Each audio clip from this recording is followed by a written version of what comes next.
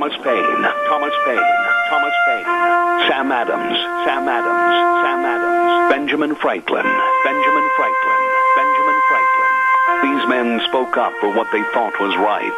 From their courage came such documents as the Declaration of Independence and the Constitution of the United States. From their willingness to speak what was sometimes unpopular but right, we enjoy such liberties as freedom of speech, the right to keep and bear arms, and freedom of religion. There are those who still wish to oppress our freedoms, and there are still patriots willing to stand up and defend life, liberty, and the pursuit of happiness. Men like Zeb Bell, who honor our founding fathers and what they stood for. It's now time for Zeb at the ranch, speaking up and defending your freedoms. Brought to you by Magic Valley Les Schwab Tire Centers and all of the other great advertisers on the program. And now, Zeb Bell. A word of caution this morning. Drive carefully. Your car isn't the only thing that can be recalled by its maker. Good morning, everybody. Here comes Kate Smith and God Bless America, followed by a Patriot. Come on, get out of bed, call me with our Pledge of Allegiance. Good morning.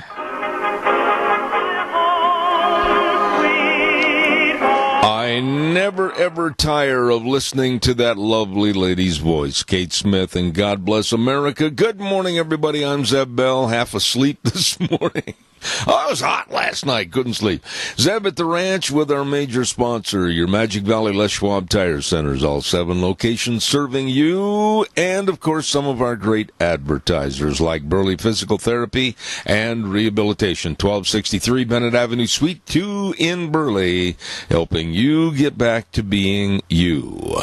All right, now let's go to the phone line and have our Patriots with our Pledge of Allegiance. Good morning. Good morning. Hi, Lorna. Go ahead, please. Allegiance to the flag of the United States of America and to the republic for which it stands, one nation, under God, indivisible, with liberty and justice for all. That a girl. Are you going to be at Lunch Bunch tomorrow? I surely hope so. I hope so, too. God bless you. Thank you so much. Thank you, and have a great day. I will. Thank you. Thank you. Nice lady right there. Hey, by the way, it's time for the weather brought to you by K&R Rental. Roger and the crew, they get there early in the morning at 7 a.m. Throw the doors open and say, come on in. 256 South, 600 west of Hayburn on the Burley-Paul Highway, K&R Rental. They have all the best of tools and equipment for you to finish any kind of a construction project, all the way from, you name it, tractor mowers to rototillers to jackhammers. You name it, it's there at K&R Rental. 256 South, 600 west of Hayburn. We'll tell you more right after the weather. Here's Gina. If you were hoping for a temperature cool down, well, that is not going to happen this week, unfortunately. Here's your weather forecast for Zeb at the Ranch. We are expecting mostly sunny skies today. High of 95, slightly breezy, winds out of the west, right around 8 miles an hour. Tonight, mostly clear with a low of 60. Tomorrow, again, sunny skies, high of 95, slightly breezy, expecting an overnight low of 60 for Friday. Just photocopy that forecast. Sunny skies, high of 95, overnight low of 56. Saturday, sunny and 93, and as we head on into Sunday, sunny and 92. That's your weather forecast for Zeb at the Ranch. Well, thank you very much. And don't forget, at K&R Rental, they offer rental tools and equipment for both the long and short term. And you don't want to pay for more than what you need. You get a hold of them today. Call them on the phone if you have questions. 678-3122. They're located at 256 South, 600 west of Hayburn. K&R Rental on the Burley-Paul Highway. Really good people. We have got an outstanding list of guests here today. First of all, at 9:06, we're going to have Dave Bego back in Indianapolis, Indiana. Then down in Las Vegas, Megan Barth. And then we're going back east to J.D. Leet. And then, really interesting, at 10:30 this morning, Dr. Paul Nathanson talking about the weird people that are now going to treat their children, their sons and daughters, with no gender. They're calling them not babies. They're calling them thabies. I'm not making this up. So all of that and more for this morning. And while we have just an opportunity before we get your calls started in this morning, don't forget Ramsey Heating and Electric at 2600 Overland Avenue in Burley. They open the doors at 7:30 in the morning, stay open till 5 in the afternoon, Monday through Friday. And believe me, with the forecast of being up in the mid-90s, I hope your air conditioner is working properly and you've got all the air filters to keep it running efficiently. Well, if not, stop into Ramsey Heating and Electric. They've got them. Call them 678-0459 at 2600 Overland Avenue in Burley, Ramsey Heating and Electric. Real quick before I take this next call, I also want to urge you to be at Lunch Bunch tomorrow. Zeb's Lunch Bunch tomorrow, Thursday, at 11:30 at Denny's Restaurant, 611 North Overland in Burley. Oh, it is good eating. I'm telling you, all the menu choices. I lean towards the breakfast anytime, all the time, and all the different menu choices. Breakfast, lunch, dinner, oh my goodness, and all the desserts. Denny's Restaurant. It is America's Diner at 611 North Overland in Burley. And we will be there tomorrow for Zeb's Lunch Bunch. You be there too. Caller, good morning, and how you doing? I'm doing great. Okay. You know, our American farmers are the backbone of this nation, and I think everybody knows that. If they don't, they're not studying their history books. But recently, President Trump has put these tariffs on some of these things, and it is a little bit derogative to the farmer or rancher. And the good thing is he's putting a subsidy out there for them so they can survive. Right. Now, everybody says, I don't feel sorry for the farmers. Look at, they have nice houses, they have, you know, it goes on and on. Yes, it does. But, you know, in January or February, they go to the bank, and they sit down in that seat and kind of wiggle around and everything as they present their budget to the loan officer, and then they borrow the money to plant their crops and to produce it and hope that the weather does not damage them or anything, and they'll have a good harvest. But when we have something like tariffs and things like that, those are unforeseen and pretty hard to deal with. Well, let me just jump in here for a moment and say this, that $12 billion is going to be allocated as basically kind of an aid program by the Trump administration to America's farmers and ranchers, and I think it's rightfully so. I do not want to see anyone suffer, especially agriculture. The backbone of any society is agriculture, and the backbone of our country to the entire world is agriculture. But you know, Keith, I think you've got to draw a line in the sand someplace, and I think you'll agree with me, is that we, the United States of America, have been abused, literally abused, by all these other nations with unfair trade practices, and it's about time to call it a game. Say, wait a minute, that's it. You won the first quarter. Now we're going to play the second quarter under new rules of fairness when we engage with you as a country. It's got to happen sooner or later, Keith. That's exactly the point I was going to bring up next, is the fact that we've had at least three past presidents that have just kicked the can down the road, and it hasn't helped anybody. That's right. At all. You know, I admire this president to no end. Well, kicking a can down the road doesn't do anything except dent the can and hurt your toe. And it's about doggone time that we started looking at America as the country that it is, the world's leader. If those people out there in the audience are offended by that, I couldn't care less. We are the number one country in the world. We deserve to have the number one status because of all the help and aid and prosperity we lend and help other people with. And I'm not going to take a back seat. We've got to make sure that we protect ourselves first. Well, the whole thing of it is, if we don't do some of these things, we're not going to have a can that's right. kick down the road. That's right. It'll be an empty can for sure. Keith, I appreciate it. God bless you, man. Thank you so much. You bet. Bye-bye. You bet. Good friend right there. We've got just a little bit feedback on the calls, and I know Wheels will watch that. But I also want to brag a little bit about some really nice people. And it's not really bragging, it's a fact. Pomerelle Place at 1301 Bennett Street in Burley. They absolutely offer senior living with the ability for seniors to maintain their independence both safely and comfortably. I really concerned about seniors that stay home alone by themselves with the loneliness and the safety hazards, the potentiality of injuries, bad nutrition or no nutrition, and mismedication. Well, hey, listen, check into Pomerelle Place at 1301 Bennett Street in Burley. Number to call, 677-8212. Really great people. Pomerelle Place, a place for senior living.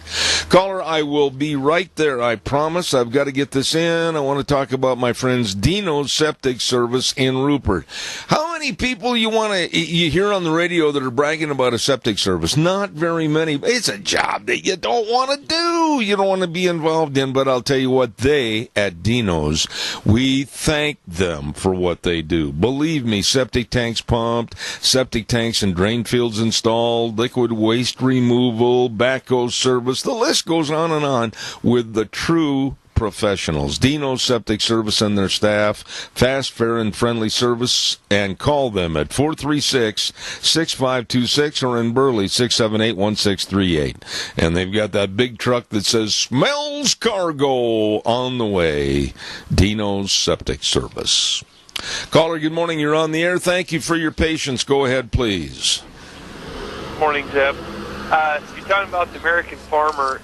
In our area, I see this quite a bit, and I know it's progress, but it's frustrating to see people wanting to build houses, and then they buy a piece of land out in the middle of a field, build a house. Next thing you know, you got a subdivision when there's places where the houses are rotten and fallen down and in disrepair that could be tore down and rebuilt upon instead of taking up our farmland. And I understand the population grows immensely every year from new children being born and people growing up and moving out on their own, but it's just kind of frustrating when we're trying to feed the world, let alone ourselves, and we have starving people here and we're sending food everywhere else. And anyway, my point is it's really disheartening to see the American farmer put in a position of hurt when they're feeding us, and it's basically without them, what are we going to eat? There's nothing. Well, Riley, have the farmers. One of the toughest jobs, I think, that is in existence today is being a county commissioner or being on a planning and zoning board. When you have a state like the state of Idaho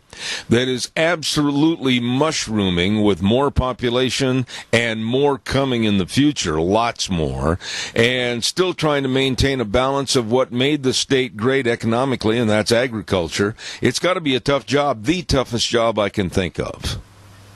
Oh, and I agree, and it's got to be really frustrating to know that you're getting an influx of people to make our state even better and grow economically, and then they move in, and then they complain about the farmer half mile down the road who's baling his hay at 2 o'clock in the morning. Yeah.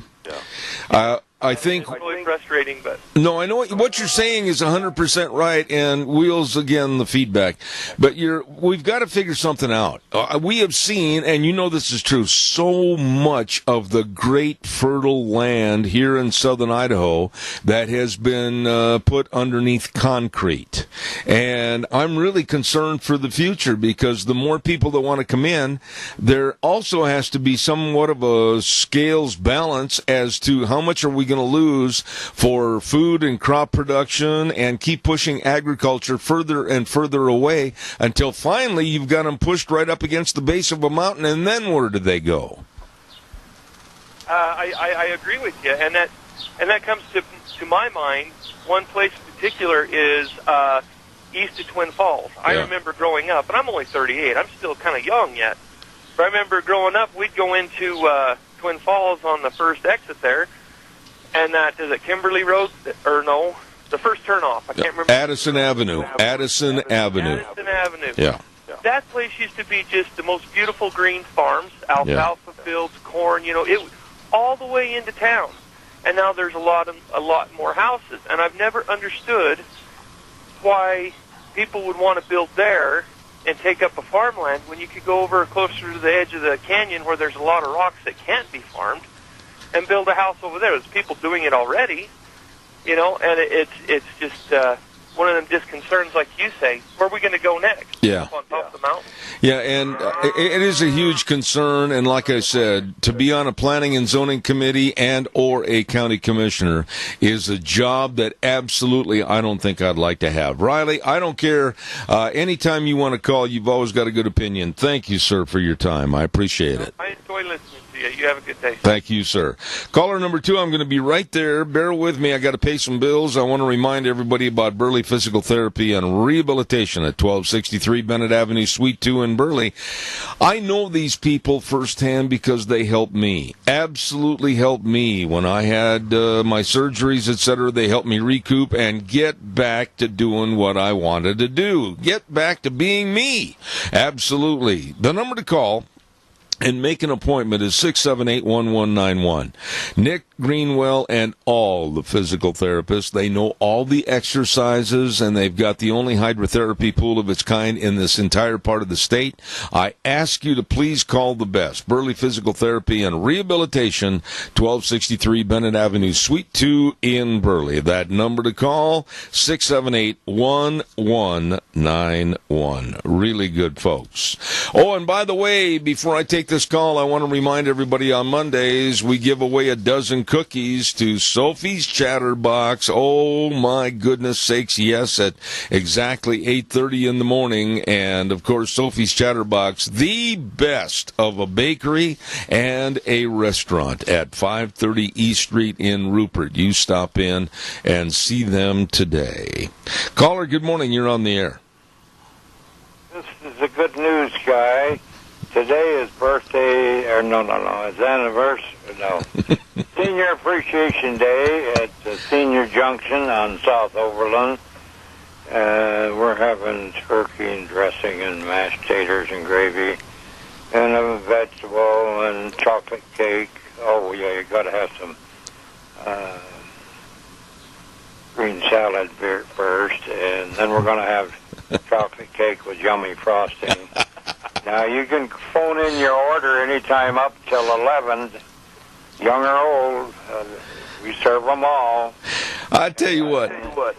Joe, I always enjoy having you come on the program in the morning because sooner or later during the course of the conversation about the great senior center over there on Overland, you're going to work the word yummy into your conversation.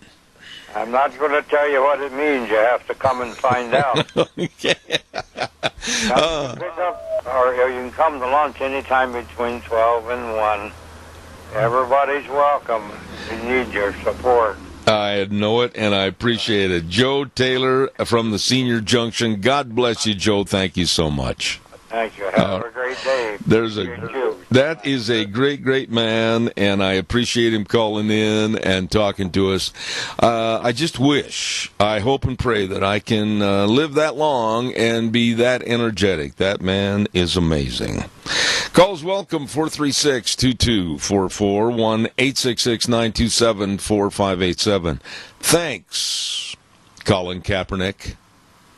Thanks a lot. Thanks for helping to destroy any respect for our flag and this great country. Thanks, Kaepernick, for helping create a vile cancer of hate in this country that is now part of the Democratic Party. Thanks, Colin Kaepernick. You young, ungrateful fool. And I'm going to use those words again because he is a young, ungrateful fool for proving that by having ungrateful attitudes, you're still going to be paid millions of dollars to be a traitor to the values of America. I got into a conversation last evening with a party that, we should let him play, let him back in the NFL, and it just absolutely made me so red-faced mad. Here we go with all the negativity that has been caused by Colin Kaepernick and his so-called leadership to destroy more of the values of America. Now, a city council member in Connecticut, and I saw the video this morning, and it just absolutely infuriated me. The city council stands up to do the Pledge of Allegiance, and this woman, a really homely, plain Jane, takes a knee and bows her head and would not participate in our Pledge of Allegiance. Thank you, Colin Kaepernick, for the sleaze that has been created across our country. Caller, good morning. I'm going to finish talking about this in a moment. Go ahead. Yeah, Kaepernick, that's sure become a problem. Zeb, what I was going to bring up is that farming up against the mountain and taking of all the prime farm ground by housing development. But this is kind of a cheerful note here. I've been up here farming against this hill about 50 years now, and somebody once told me, he says, you know, when you die, they're going to send you back to put all them rocks back where you got them from. Oh, really? That's kind of where we're headed. You know, but wait a minute, Earl, and again, Wheels, ride the gain on that a little bit, please. Earl, look at the San Joaquin Valley of California, and the ocean on the west side and the mountains on the east side, and there are all these great, great farms are nestled in that San Joaquin Valley, and little by little, these absolutely destitute for any common sense environmentalists are pushing them closer either to the sea or to the ocean into obscurity. And that's why I'm so concerned about agriculture in our country, because stupid people that don't understand that a country that can't feed itself is going to become subservient to other countries, they are pushing agriculture aside in the United States, and it scares me. Well, agriculture, too, and our steel industry and our manufacturing industries in this country. We need these tariffs to strengthen our country and get us back where we were 50, 60 years ago, self-sufficient. Well, there's no question about it, but I'm concerned about agriculture. And you know something? The guys and gals involved in agriculture, they get up early in the morning, and they are the biggest risk takers of any business in the world. Weather conditions, commodity markets, I mean, whatever might happen is going to happen to them, and yet they get out of bed with a smile on their face and thank God they've got the job that they have. And I'm sick and tired of those that live in town and really don't appreciate where everything comes from to the supermarket to provide for them and their family. It's about time they had an awakening in this country and more respect for the American farmer and rancher. That's well said, Deb. God bless you, Earl, and you stay right up on the mountain and don't go moving any rocks yet. We're not ready to get rid of you. Well, I'm not done. It's just I'm running out of memory as to where to put them back. Hey, thanks for your call. Appreciate it. Thank you. Bye-bye. Don't forget the Minidoka County Fair. My goodness sakes, are they going to have a lot of fun this next week. It starts on Monday with the lawnmower races at 6 o'clock. 70th Annual Minidoka County Fair, where they say building dreams at the Minidoka County Fair.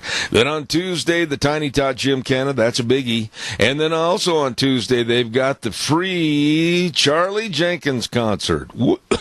I choked. Hold on. Man, I got to watch that cough. And all of this, and then Wednesday, the Antique Engine Show, Lions Barbecue, and the Fairboard Social, and also on Wednesday and Thursday, the Junior Rodeo, Friday and Saturday, the Wild West Open Rodeo. It's all going to be a lot of fun for you and your family. The 70th Annual Minidoka County Fair, all next week. Don't you miss it. Oh, and to Berry Equipment and Rental. I want to say a big shout out to all the folks at Berry Equipment and Rental. You know that they've got all the Bobcat excavators, all the sizes and the shapes, and new and used for sale or rent. Well, they've also got all the big Doosan equipment. I mean, you got something big to move, dirt to move, get the Doosan equipment, because I'll tell you what, they are your authorized Doosan dealers. That's Berry Equipment and Rental. Sales, service, and parts, 159 West Highway 30 in Burley with Juan. Good morning, Juan. 465 Addison Avenue West in Twin Falls with Eli and the Nampa location. The best of equipment rentals and retail equipment sales at Berry Equipment and Rental. You get a hold of them today. All right, calls are welcome and appreciated. 436-2244, 1-866-927-4587. There's something else that's going on in this country, and it started about a month ago. In major towns and cities across this United States. Started in Portland, Oregon on June 17th, and it has grown like the cancer that it is, and it's spread to Detroit, Michigan in the Midwest. It's spread to New York. It's spread now to L.A., where, and I'm going to use this terminology because that's what I think of them, clowns that are looking for a circus are blocking the entranceways, basically defying the law, to the ICE, Immigration and Customs Enforcement facilities. And in the case of Portland, Oregon, the dozens of clown demonstrators were demanding that ICE shut their offices down and get out of Portland. And the same theme is going on to Los Angeles, where organizers, and I use that term loosely, encourage people to go to the ICE facility on Alameda Street and stay there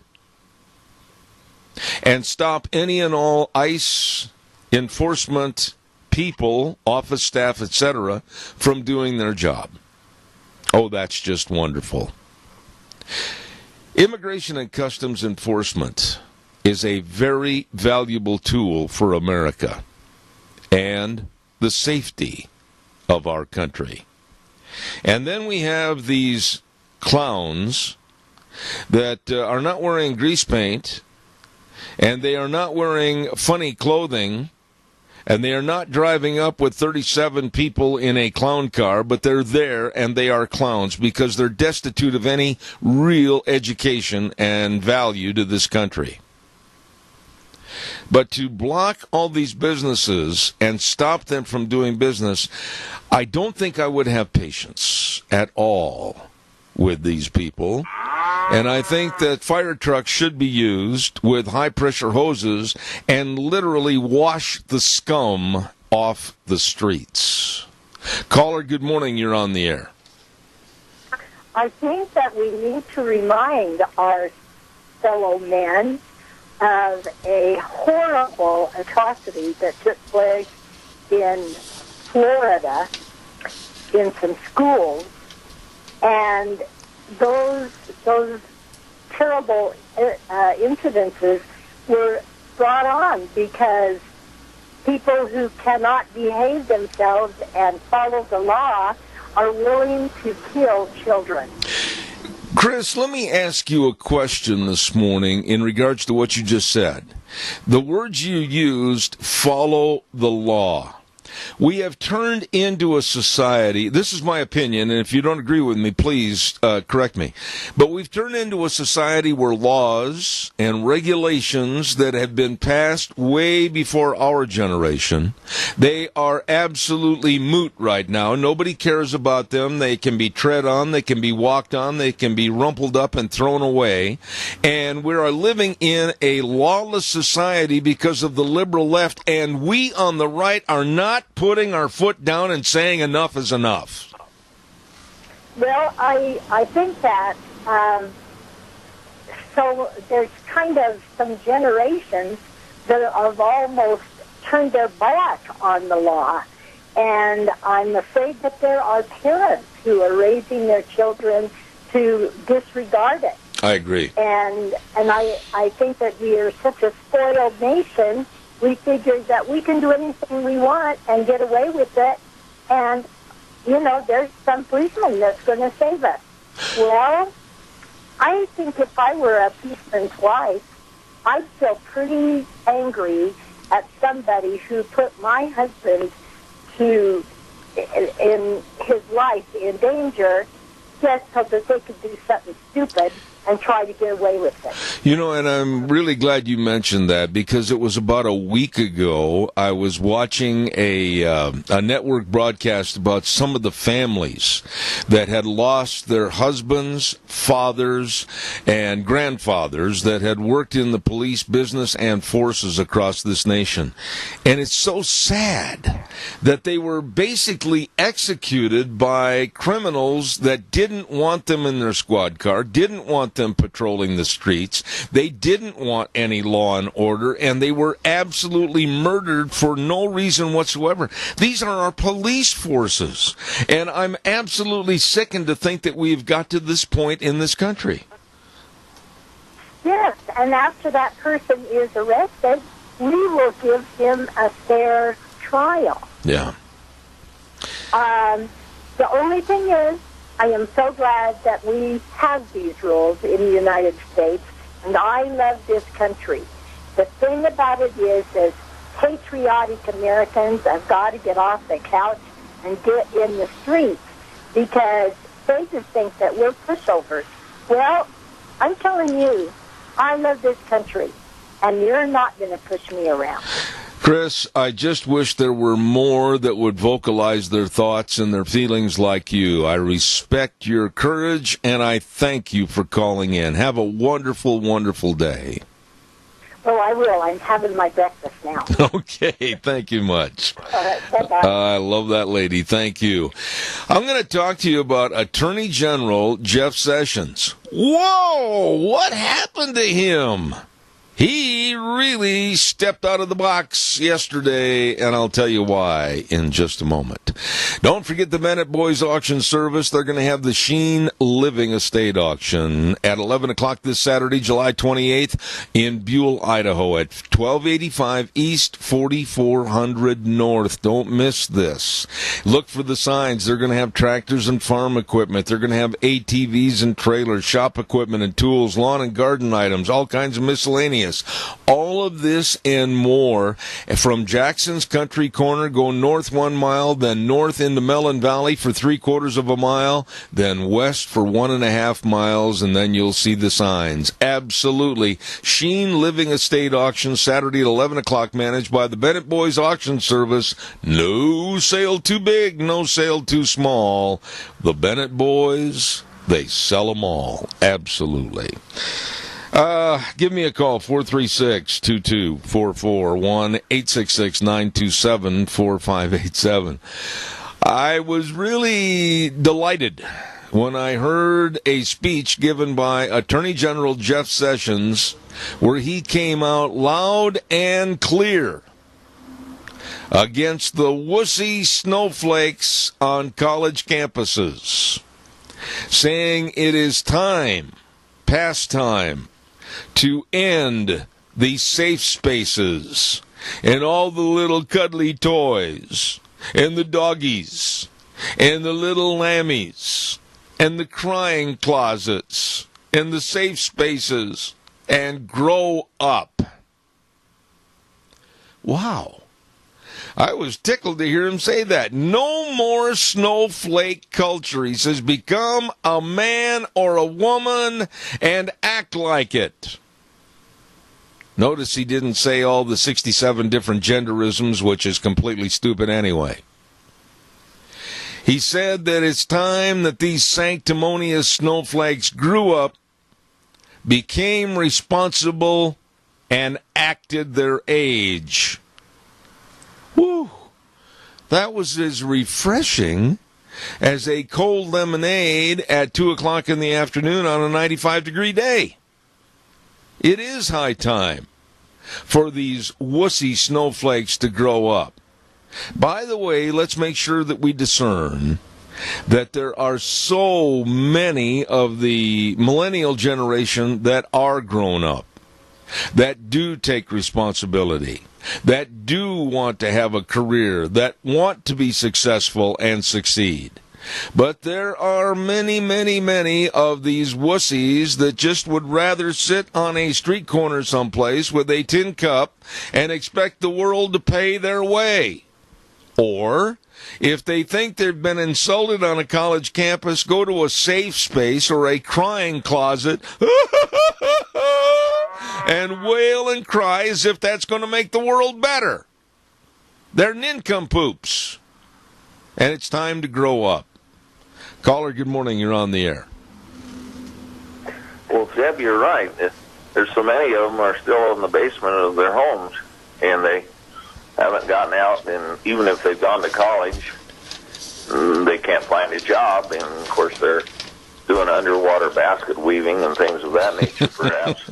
But it's really sad to see what's happened to our youth in general. These millennials, they have been brainwashed in high school about how bad this country is, that socialism is great, we're destroying the environment with too much CO2, and et cetera. Then they go to college, and it's even worse. Yeah. And every college, professor won't get tenure these days, and has been for a long time, unless you're politically correct, liberal, socialist, basically. Right. And so, they've been brainwashed. Yeah, but just the other day, Adrian, just the other day, I had a phone call with a lady that said, well, you should really show compassion to these younger generations because they're kind of misguided and they're not sure where to go and they're not sure how to get there. And I thought, wait a minute. When I was 18, I left home, and I didn't know where to go, and I was misguided. And I learned my own doggone mistakes, and I pulled myself up by my own bootstrap, like you did, and we became something. Well, that's absolutely true. I grew up by today's standards, a very poverty situation. We homesteaded in southeast Wyoming. We had a 2-room house, no running water. We did have electricity and fuel oil stove, and but my brother and I shared a bunk bed. Yeah. My sister was on the top. She's 4 years older, and we had this 2-room house, and we just had 160 acres dry land, and Dad paid cash for that. After the war, $25 an acre. Yeah. So $4,000 bought that whole section, but the section back there you can't make a living on it, and so we all had to work away from home. Absolutely. We built houses and everything. Yeah. But at the age of 13 or thereabouts, or maybe a little before, I told Dad I wanted to go to college. My dad was brilliant. He had no opportunity to go to college. And he said, well, 3 words to me: get a job. There you go. So a 13-year-old, I went out and started working on ranches. There you go. Branding cattle and making fence and putting up hay and all that kind of stuff. Right there, I got to stop you. I've got to stop you. I saved up enough money and earned a few scholarships to go to college. Right.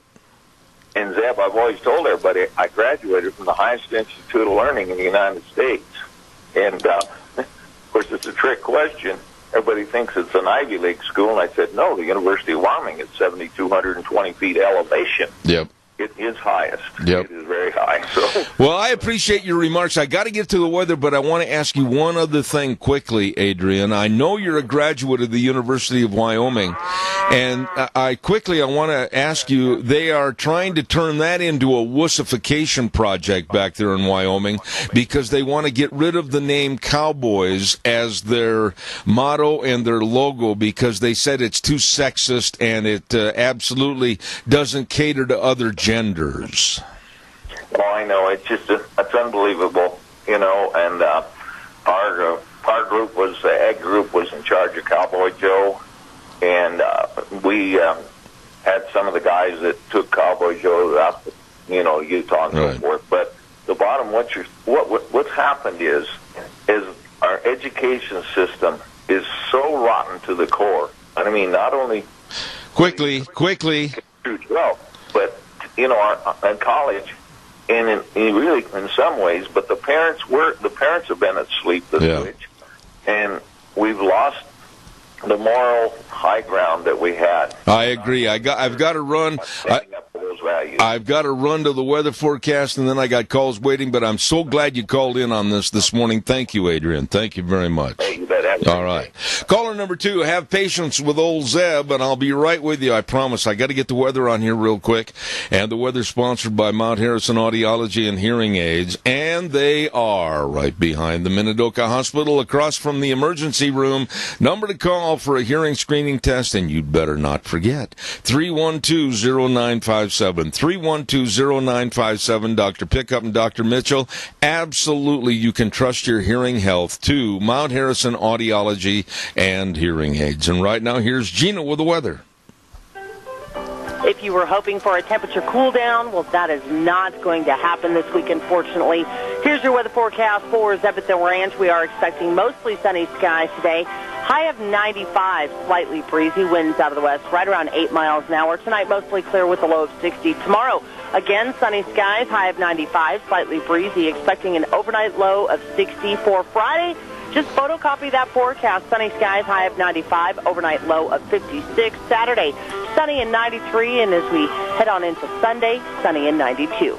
That's your weather forecast for Zebedee Ranch. Woo! Gonna stay warm. And by the way, if you're having trouble with your hearing health, I urge you, they help me, they can help you, to call, make an appointment at Mount Harrison Audiology and Hearing Aids. The number to call, 312-0957.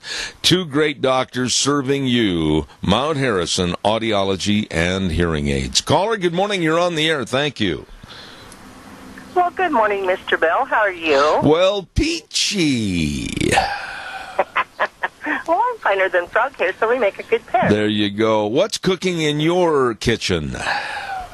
Well, I am sick and tired of these parents not standing up and raising children who are respectful, are not afraid to work, and are not so politically correct they have to have separate rooms to go cuddle in because everything offends them. I am sick and flippin' tired of these people not standing up and saying, you know what, get a life, pull your big people pants up, and deal with reality. Really, and Donna, I couldn't agree with anything more than what you said. It's absolutely spot on. This person I talked to a week ago said, well, I don't respect these people. And I said, after a slight pause, you're right. I don't respect anybody that acts like a wuss. Get up out of bed in the morning, have some responsibility, take charge of your own life, stop going to these little crying rooms and playing with the cuddly toys, thinking that's going to make your life easier or better, and go out, like you said, put your big boy or big girl pants or dress on and start acting like it. Oh, I totally agree. I am sick and tired of dealing with those people, because I want to start with the parents and work my way down. Because it's the parents' fault. Yeah. We taught children to take responsibility for their actions, to accept and deal with what life hands you. If you can't stand up to somebody and say, hey, I just don't believe that's true or that's not right. Yeah. Did anybody ever hand you or your husband George a fuzzy wuzzy little toy and then give you a towel and say, here, go into this room and cry for a while, you'll feel better? Good gosh, no. Heck no. They gave me a kick in the rear end and told me to get my butt out there. And I started working when I was 9 years old. I babysat away from my mom and dad's house. I put myself through school. There was nothing wrong with that. That's right. It taught me how to be responsible. I'm just sick of dealing with these people. Well, and I am too, and I refuse to give them. I'm going to say it again twice, any respect whatsoever until they start showing self-responsibility and they can grow up. I'm right there with you. You know, respect is not a given. Respect is earned, and it's a hard road to hoe. But by God, if you pull your big boy or big girl pants up and deal with it, you'll make it okay. There you go. Donna, thank you, and please say hello to George for me. I will, my dear. All right. And Deanne, have a wonderful day. Thank you very much. It's just unbelievable to me, honestly, that you look at these 18, 19, 20, 21, 22, 23, 24, 25-year-old young people that I don't like the Trump administration. Well, I'm scared of what might happen. Oh, woe is me. The sky is falling, Chicken Little. Give me a warm, fuzzy, cuddly toy and let me go in the crying room. Oh, my gosh. I mean, really, is that what we've developed to in this country? Crying rooms and cuddly toys for those that can't take the pressure? Holy cow. It's no wonder other nations look at us and kind of laugh or make jeering remarks. You know, every one of these college campuses that caters to this kind of a soft, cuddly attitude, they ought not to be in business of teaching anybody. What are they teaching them? Nothing. Calls welcome 436-2244, 1-866-927-4587. You know, we're really proud to have Stokes Equipment Company, your John Deere dealer, on our program at 119 Overland with the Ag Minutes every Tuesday at 9:46. At Stokes Equipment, they make your life easier, and we talk about all the events that are going on and the people that really are involved in agriculture. Stokes Equipment Ag Minutes on Tuesdays at 9:46. Caller, good morning. You're on the air. Thank you. Good morning, Zephyr. Hello there. I agree with what you're saying. I have to say that when my ancestors crossed the plains and come in boats, covered wagons, and hand carts, nobody was there holding their hands. Absolutely not. You know, they didn't have a clue what. You know, wait a minute. You just said something that should be elaborated on. Our pioneers of 165 to 170 years ago, crossing this great country, whether it was in a Conestoga wagon, a hand cart, or just getting on an old mule and heading west, holy smokes, how tough were they as compared to these little limp-wristed wussies we have today? Exactly. They should be ashamed of themselves. They should honor their ancestors and what they have done for them. I'm so glad you brought that up because some of the pioneer spirit, and thanks to people like Bev and Gary Stone and Dr. Ken Turner with Dr. History shows and everything, I mean, the toughness that was displayed by our ancestors to leave like St. Joe, Missouri and head west, not having any food, not having anything as a surety that they were going to have a place to stay in the evening that might be safe from the elements or wild animals or the Indians or whatever. I mean, my goodness, they were tough people. Yes, they were. They didn't have any crying rooms. They buried their babies along the way, and they held their heads up, and they kept going. You know, and really what we ought to do is, as a public service, we ought to develop groups of people in every state to go to these college campuses and walk up to these wussies and take their hand and very slowly take the other hand and lift their chin up, look them in the eye and say, "Grow up, you big wuss." And kick them in the rear. Amen. I can't kick real good because I only stand on one leg, so you'll have to do that for me. I would love to. And Zeb, I'm very proud to call myself a cowboy. I always will be. Cowboy. I have cowboy ancestors I am very proud of. I am very proud of the youth today who are rodeoing. And if you look at a lot of those kids, they're 21, 22, world champions, making big bucks. They're not wimping, and there ain't got no crying rooms or no stuffed animals to hang on to. And they're got their things together, and they're tough. and they're going for it. God bless you and your call. And like I say every morning at the end of the show, the world needs more cowboys. Good morning, and thank you for your call. I got to run. Thank you. Thanks, Jeff. Bye-bye. I appreciate that call. Hey, don't forget, if you're getting ready for a road trip, you'd better get into your Magic Valley Les Schwab Tire Centers. All 7 locations with all the tires, all the different tread designs. They've got the tires for your car, your pickups, your SUVs, all your boat trailers, horse trailers, camping trailers. My goodness, don't leave on that road trip without going in and seeing them. Along with the best in brake service and front end alignments, shocks and struts and batteries, and above all, service to you. They really, really care. They are the best. That's not brag. That's a fact. Lane and Rupert, Dave on Blue Lakes and Twin, Mike and Buell, Mike and Jerome, the Twist family in Paul, Daniel on Poline in Twin Falls, and Randy on Overland in Burley. Absolutely the best. Your Magic Valley Les Schwab Tire Centers. Going to take a little break, cool down, rest, take a sip of lemonade. Be back in about 7 minutes. Don't go away.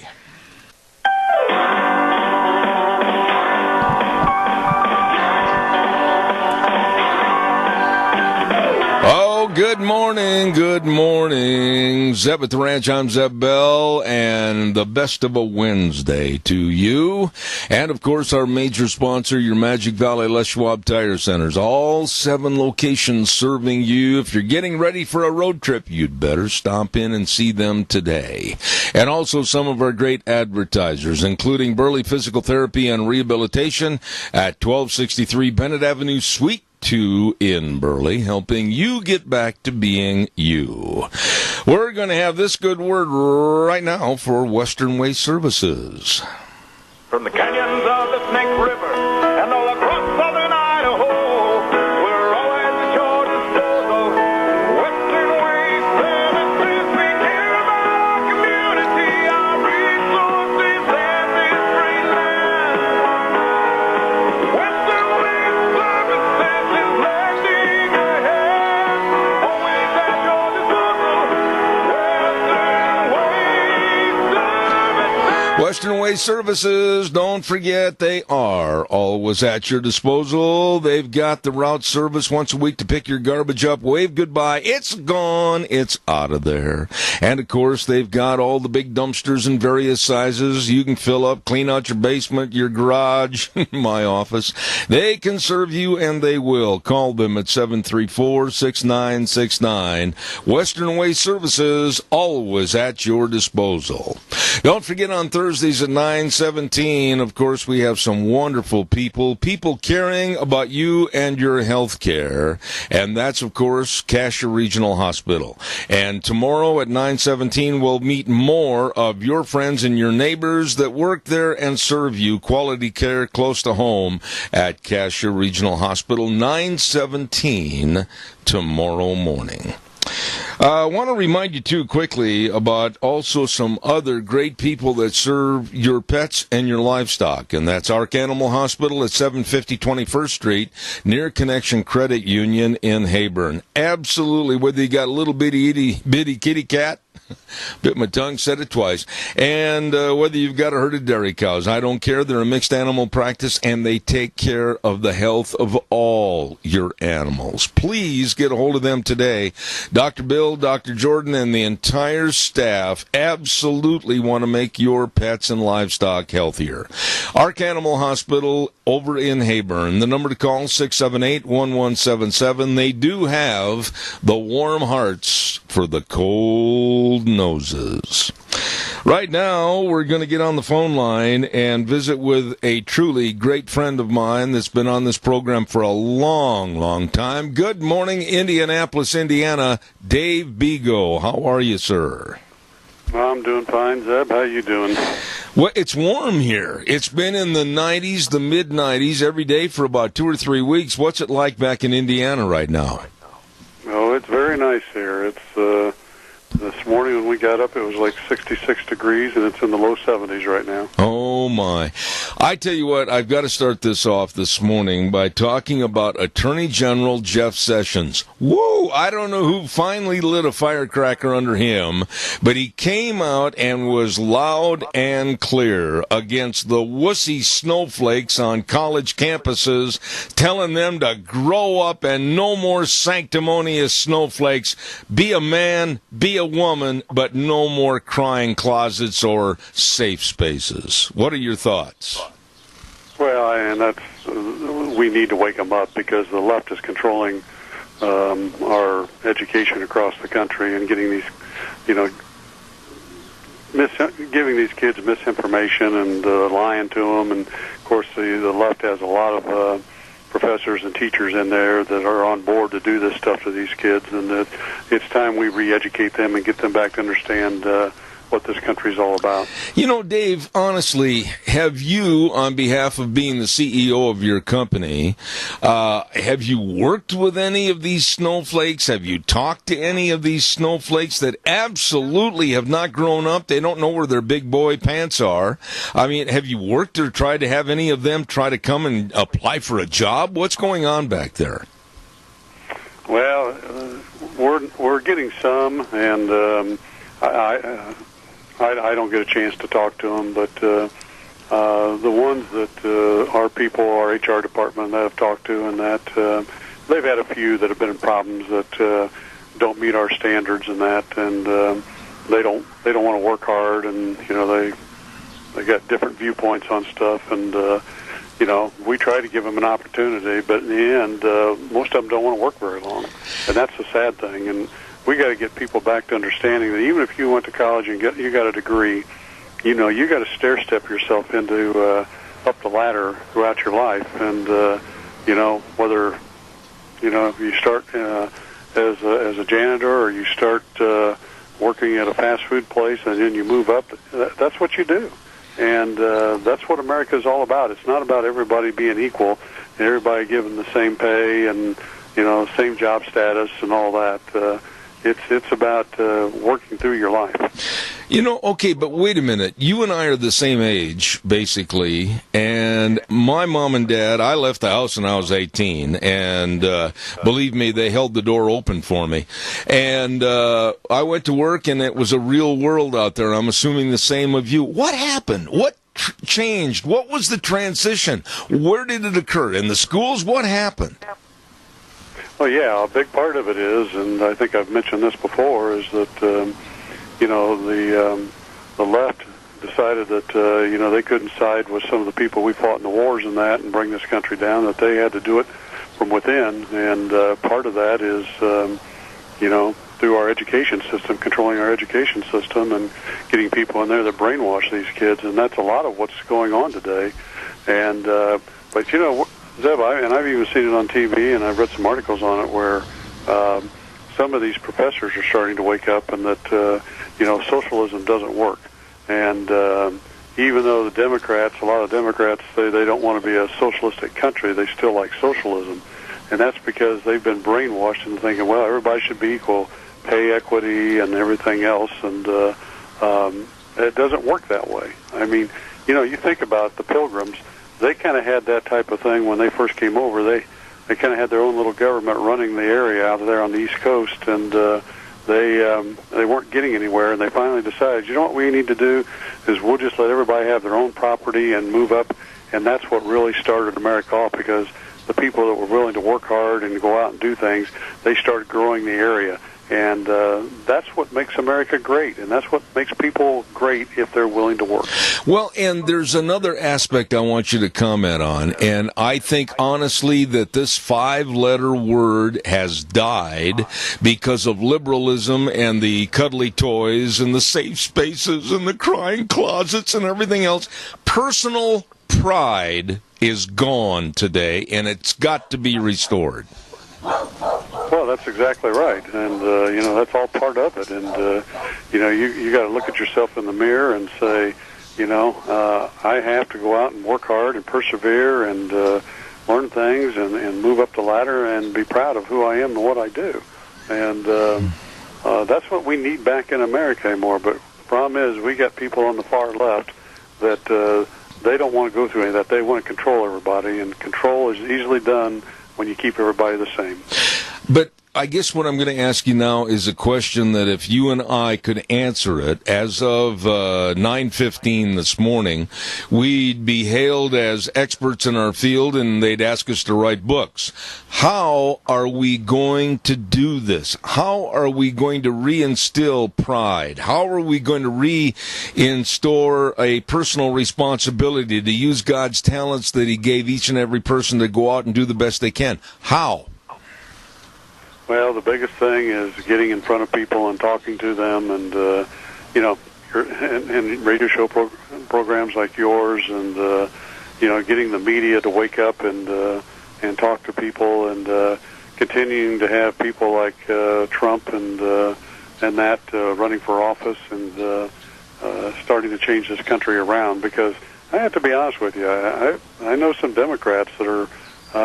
They're not happy with what the far left part of their party's doing, and they're starting to break away, and I think that's a good thing, because I think they're seeing the results of socialism and what's going on with our kids and things like that, and I think we're headed in the right direction. It's just going to take some time, because they've been up to this for, 30 years or 40 years. Yeah.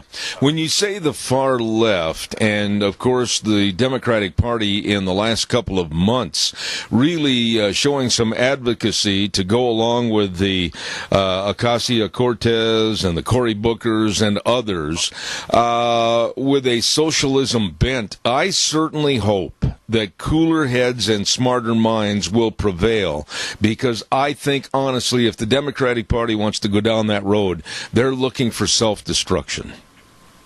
Yeah, they are, and I think a lot of them understand that. And the gal in New York, I saw her on TV this morning. She was crazy going through all this, talking about the unemployment. That's because people have two jobs and they're working 68 hours a week, and that's why unemployment's down and all that. And she's just, again, this is typical of the far left and their lies and their misinformation. She is totally wrong.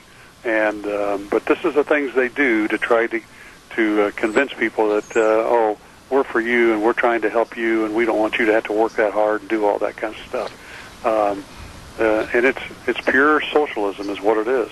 When you say pure socialism, why? Honestly, anybody that can read, anybody that can comprehend, they can see that socialism in its truest form has never worked.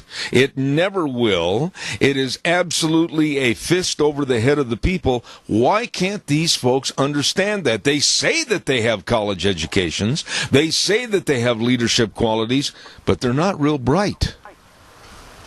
No, but again, Zeb, it's because through our education process, people have gotten into their minds and brainwashed them, and we had to brainwash them the other way. And I think it's, I got an article here this morning on Rasmussen Reports, is that, Democrats like socialism, but say no to becoming a socialist party. And it goes on to say that Democrats are less likely to know what socialism is compared to other voters, but have a better opinion. But they stop well short, however, of thinking the Democratic Party should become a socialist party. So I think we see the wheel turning some. I certainly hope so. I heard a person early this morning at 4:25 on the news and made the best comment I've heard in a long time. They asked him about voting for Donald Trump, and he said, "Hey, wait a minute. I didn't vote to elect Trump because he's a nice guy. I voted for Donald Trump to get the job done." Boy, is that ever a true statement? Well, that's exactly right. And, this past week, people, the media and the far left going after him about how he met with Putin and that. And, what these people don't get, and I think this is something that everybody needs to remember, and I think this has been something that, I've leaned on for my whole life, because my parents taught me, keep your friends close and your enemies closer. Amen. And, Trump is using psychology to keep Putin close, so at the end of the day, he can beat him. And that's what you have to do with these people. And, even when I fought the SEIU, I didn't go out and lambaste them or do anything like that. You know, when I met them, I was professional and social with them and everything. But at the end of the day, because they,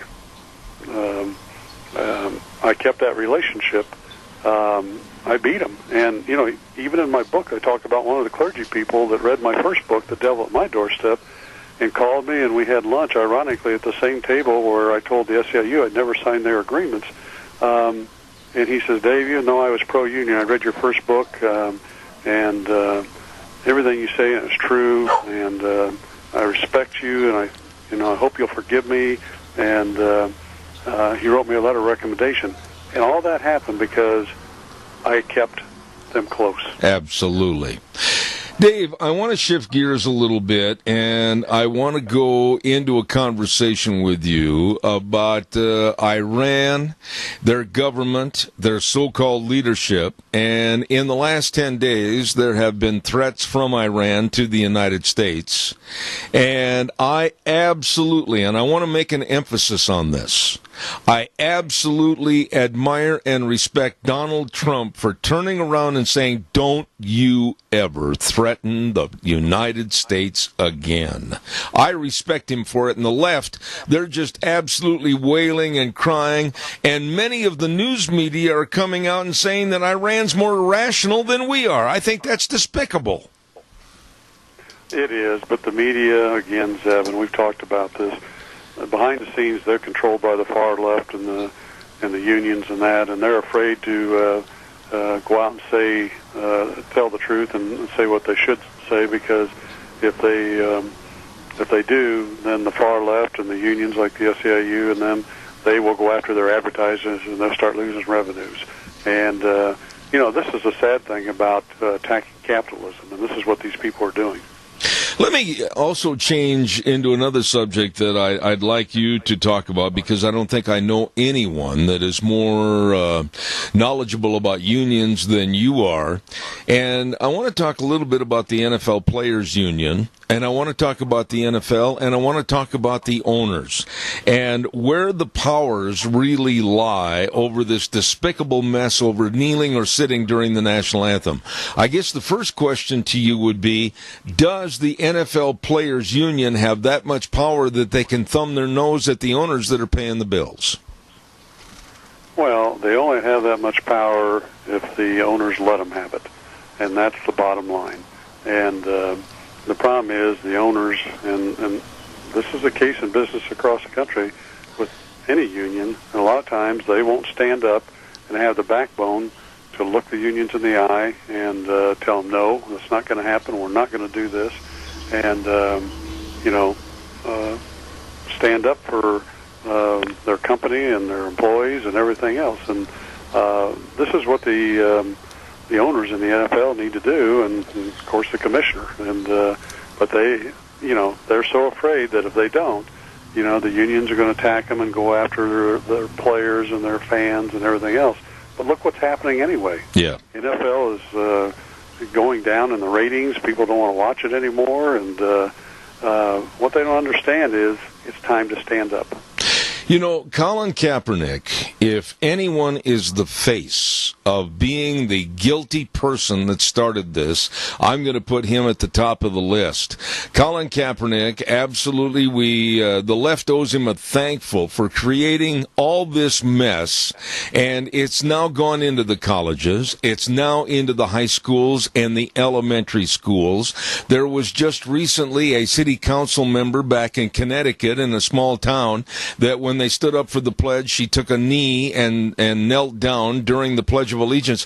This is kind of a cancer that is growing all because of a young man that did not have his respect and his proper history of the United States. Well, that, and I'm sure he was being controlled behind the scenes by the union and brainwashed on that, because remember, when he came out to start and doing that stuff, then he also started talking about social justice and all that, which is a big part of the far left and the unions, the SEIU.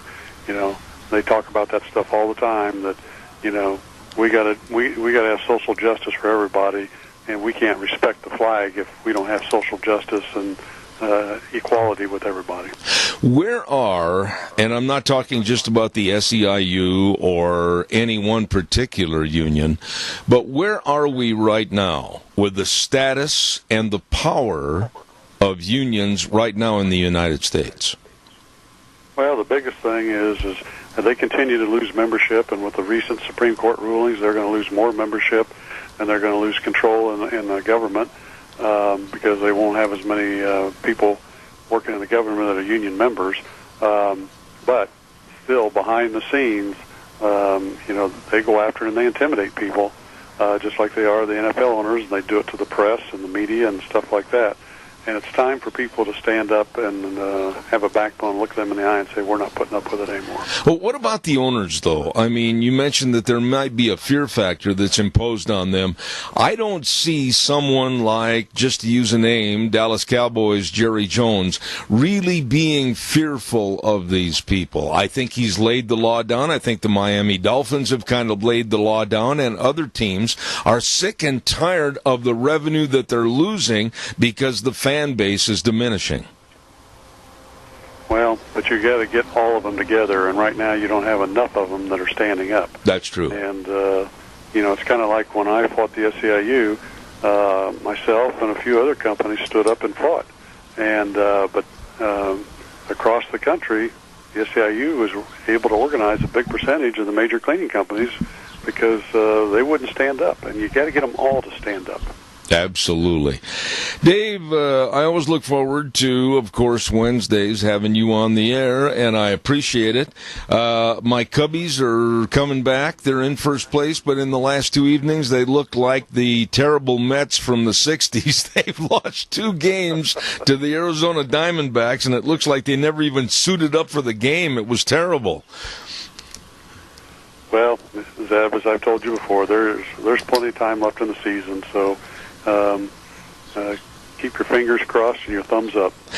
Dave Bego, dear friend back in Indianapolis, Indiana, and of course always look forward to having him on our program. Thank you so much. God's blessings. Great author and businessman. Thank you. Well, thank you, and you guys have a great week out. We will. Thank you, Dave Bego. Appreciate it. Always good remarks from Dave Bego back in Indianapolis, Indiana. Nice man. Want to remind you, too, about Hanson Mortuary at 710 6th Street in Rupert. Oh, yes, Joel Heward, his family, and his staff serving you and your family. Absolutely, when there's the passing of a loved one, everything is just thrown up in the air, and you don't know what needs to be done. Stop. Call the number 436-5636, and they can help, and they will help at Hanson Mortuary, where they uphold the highest ethical standards with unquestioned integrity. They want to serve you and your family, and they will at Hanson Mortuary in Rupert, and Joel Heward also serving you and your family at Morrison Payne Funeral Home on East Main in Burley. Wonderful people. Oh, by the way, on Thursdays, don't forget, we've got old Josh, the fishing expert at Sportsman's Warehouse. He's going to be out there someplace tomorrow morning, whether it's fishing on a lake or fishing in the river or standing in a stream going after trout. He's going to be calling us while he's fishing tomorrow morning at 10:32. The Old Fishing Hole with Josh of Sportsman's Warehouse, 1940 Bridgeview Boulevard in Twin Falls, for everything for the outdoors. It's Sportsman's Warehouse in Twin Falls. Thank you very much. Oh, and by the way, on Tuesdays, we have the wonderful lady, Miss Vicky at Vicky's Country Gardens on the program at 9:30, and talking about gardening and how does your garden grow. Well, I'll tell you what, she can help you. She's been in business for over 21 years.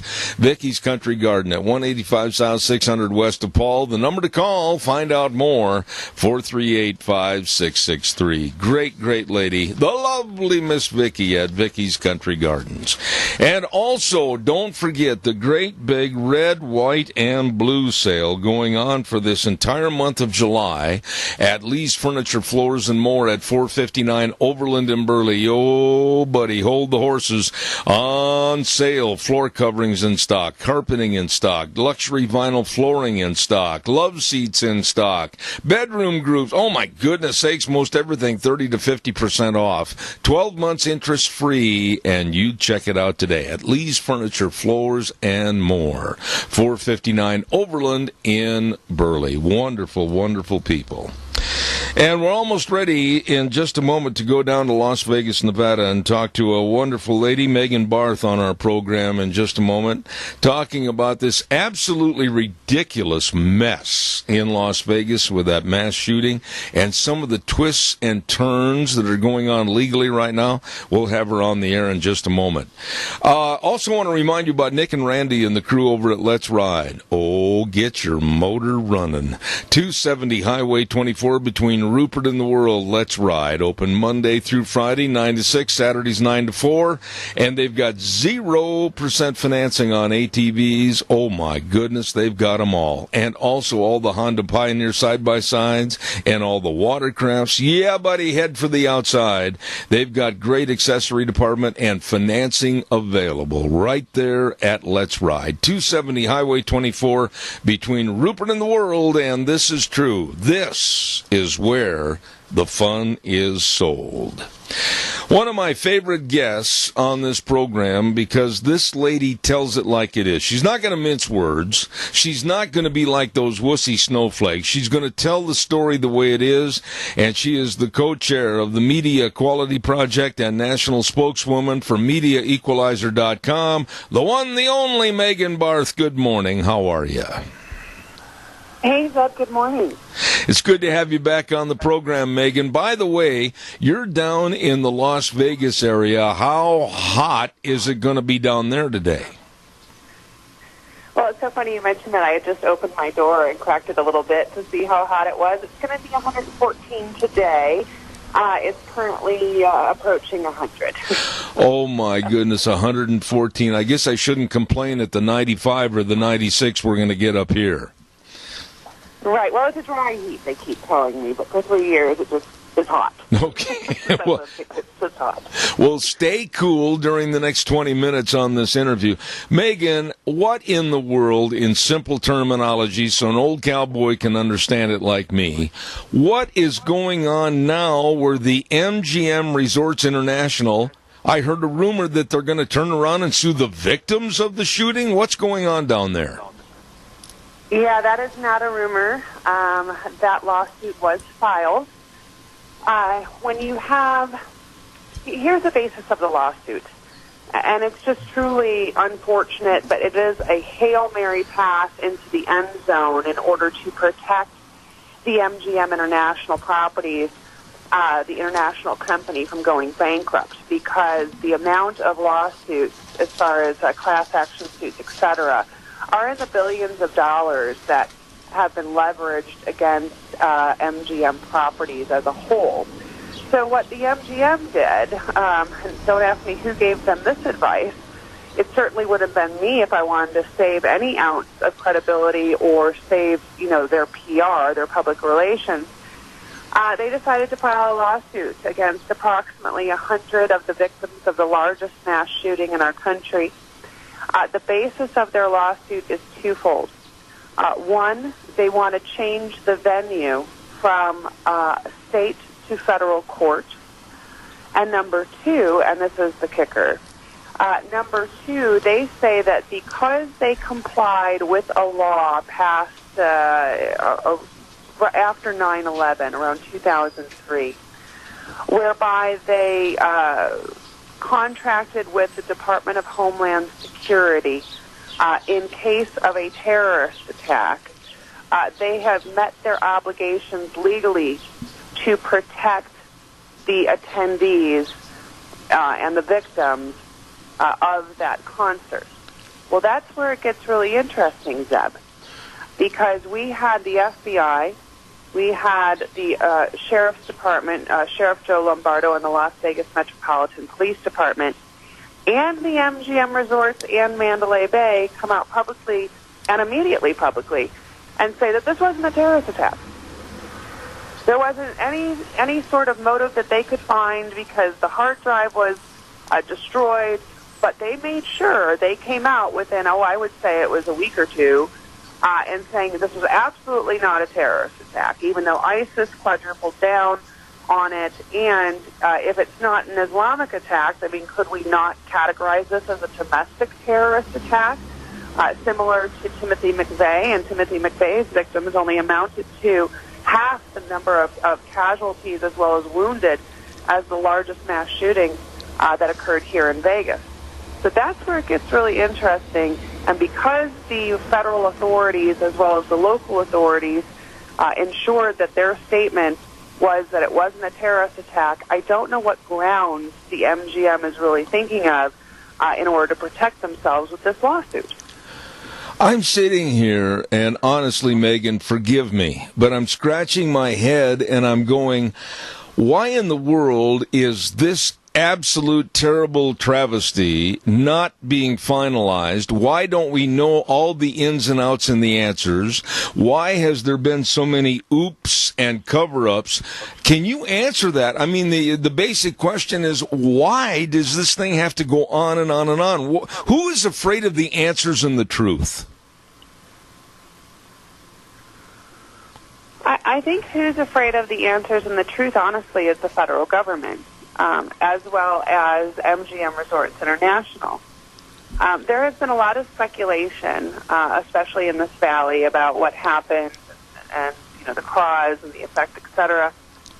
But there are so many unanswered questions because we have not had a media, at least a national media, pay any attention to this travesty, as you call it, this attack, the largest mass shooting in our country's history. Yeah. And not 1 ounce of investigative journalistic curiosity, not 1 ounce of even intellectual curiosity from the mainstream media.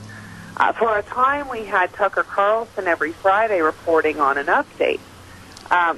Since that time, I guess there hasn't been many updates, so we haven't been featured on this Friday program. But we have a local media here that is really controlled by the casinos. The information that they allow to be published is, at best, minimal or disinformation.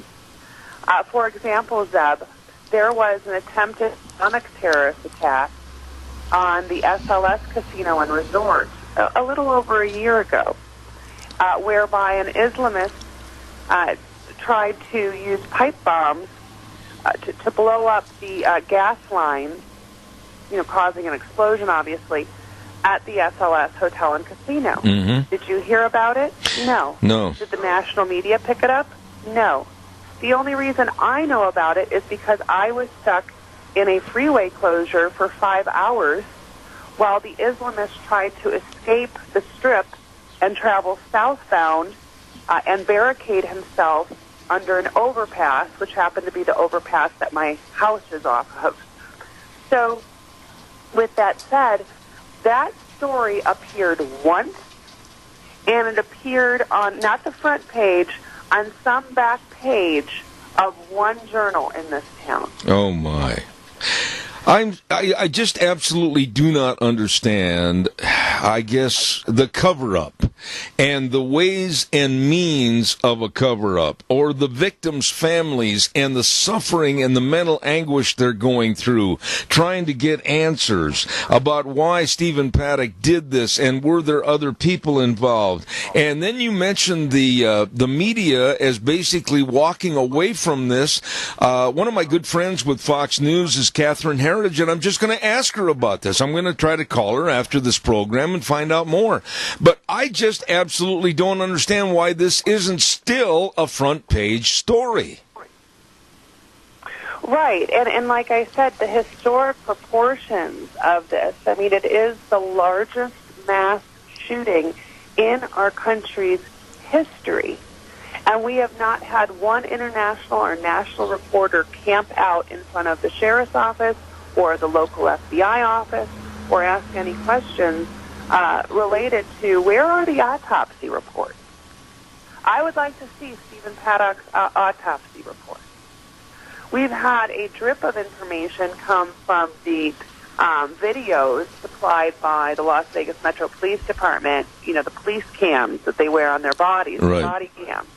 But we still haven't really seen any footage from the casino, the Mandalay Bay. We have a few videos that have been released here and there, but really nothing. And one thing I thought was so incredibly odd was that they immediately told us that they could not find a motive because the hard drive of his personal and mainframe computer, I guess, was destroyed. But then a week later, they came out and said that they found pedophilia, child pornography, on his computer. Well, how did you find that on his computer if the hard drive was destroyed or multiple hard drives were destroyed? And what the hell does that have to do with this shooting? Oh, my goodness. So it was a real odd statement that the police department and the FBI made. It didn't make sense. It was nearly as though they were trying to add to his persona or profile to make him appear even more demented, if you will. But it didn't make sense. And when something doesn't make sense, I always say it's not true. Yeah. Let me ask you this, Megan, and if you'd rather not answer, I'll respect that. But you, as an investigative journalist, you must have some conjecture on what's happened, what is happening, or what didn't happen. Do you have any speculation as to a summation as to what really is going on here? Yeah, and of course, this is my own personal opinion, but it's also kind of putting a lot of pieces together and trying to make the puzzle fit and whole. There's a few things. Number one, and even one of the lawyers have attested to this and agreed with me in Wayne Allen Root, and I'm on a national program, Wayne Allen Root program, twice a week. We believe that the MGM International did not have an insurance rider for terrorism. And what happened was after 2008, after the big downturn, Las Vegas got severely hit. And at the time, they had a new CEO, which is the current CEO, which is a total lefty by the name of Jim Murin. And he slashed the budget specifically within the security department and slashed extra costs. Now, did he have a terrorism rider or did he keep his terrorism rider? That is a huge question that will come out through discovery. Because if he did not have a rider in his insurance policy for terrorism, then, of course, he would not be financially protected from a terrorist attack. Number two, we know that Stephen Paddock amassed a huge amount of cachet of weapons and armory. He also had 2 planes. Where are his flight records? What was he doing with 2 planes? Where was he going? Was he a gun runner? Was he an operative? Was he an operative for our government, or was he an operative for a foreign government? We know that he traveled abroad to the Middle East. We know that he funneled over $250,000 to the Philippines a week before he carried out this massacre.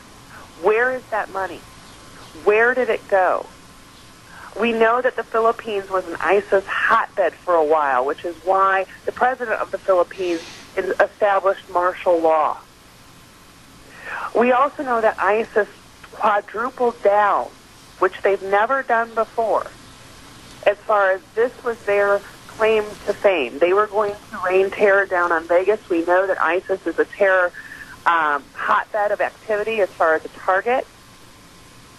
And so for them to eliminate terrorism so quickly tells me that they were trying to hide something rather than find something. Absolutely. And then lastly, if you recall, Jared Kushner made an unannounced trip to the Middle East in and around October 10th, only days after this massacre. Upon his return, you had the prince arrest over 200 people within that regime, and not just 200 people, 200 princes and kings. The whole entire Saudi kingdom was turned upside down. And a lot of that money flowing out of the Saudi kingdom at that time was financing terror operations around the world. Now, the Saudi king owned the top floor of the Mandalay Bay. And so it was nearly like the Saudi kingdom cleaned up its act, froze $200 billion in assets that were being used in terror financing, and then jailed and even tortured to death some of those kings. So I look at that and say, geez, why then? Why now? Why in October did that happen? So that's speculation on my part. But I think that I find it very surprising that Donald Trump, as much as he tweets and talks, hasn't even mentioned this. Yeah. And so it's my personal opinion that that regime change in Saudi was the answer, or kind of the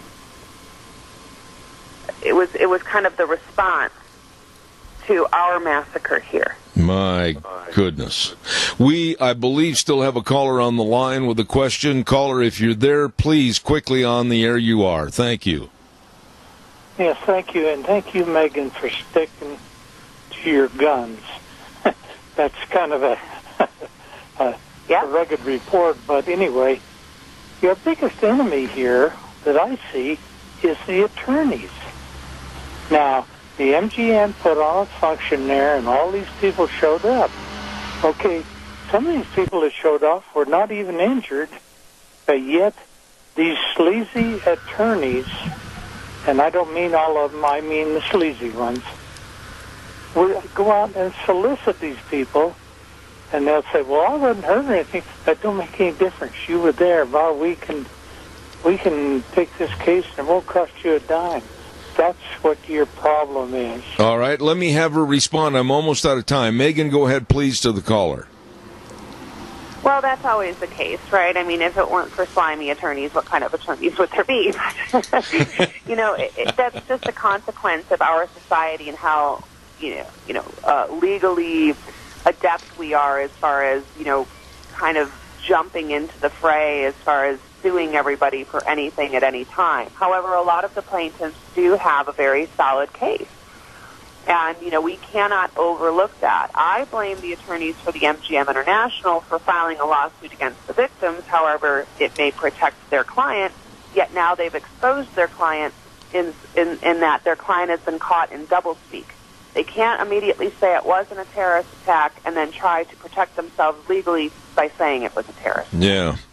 Megan, a final thought here. Won't the victims' families, won't they and their potential court cases actually be the light at the end of the tunnel that might keep perpetrating the truth to come out on this story because of all the different attorneys, all the different lawsuits, all the different people involved?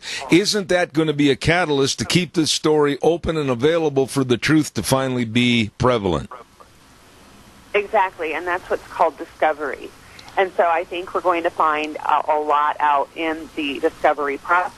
Plus, we have a judge here who has demanded the release of police records, photos, etc., at the attorney's request because the Las Vegas Metropolitan Police Department was trying to really stonewall this discovery process, and the judge has overruled them.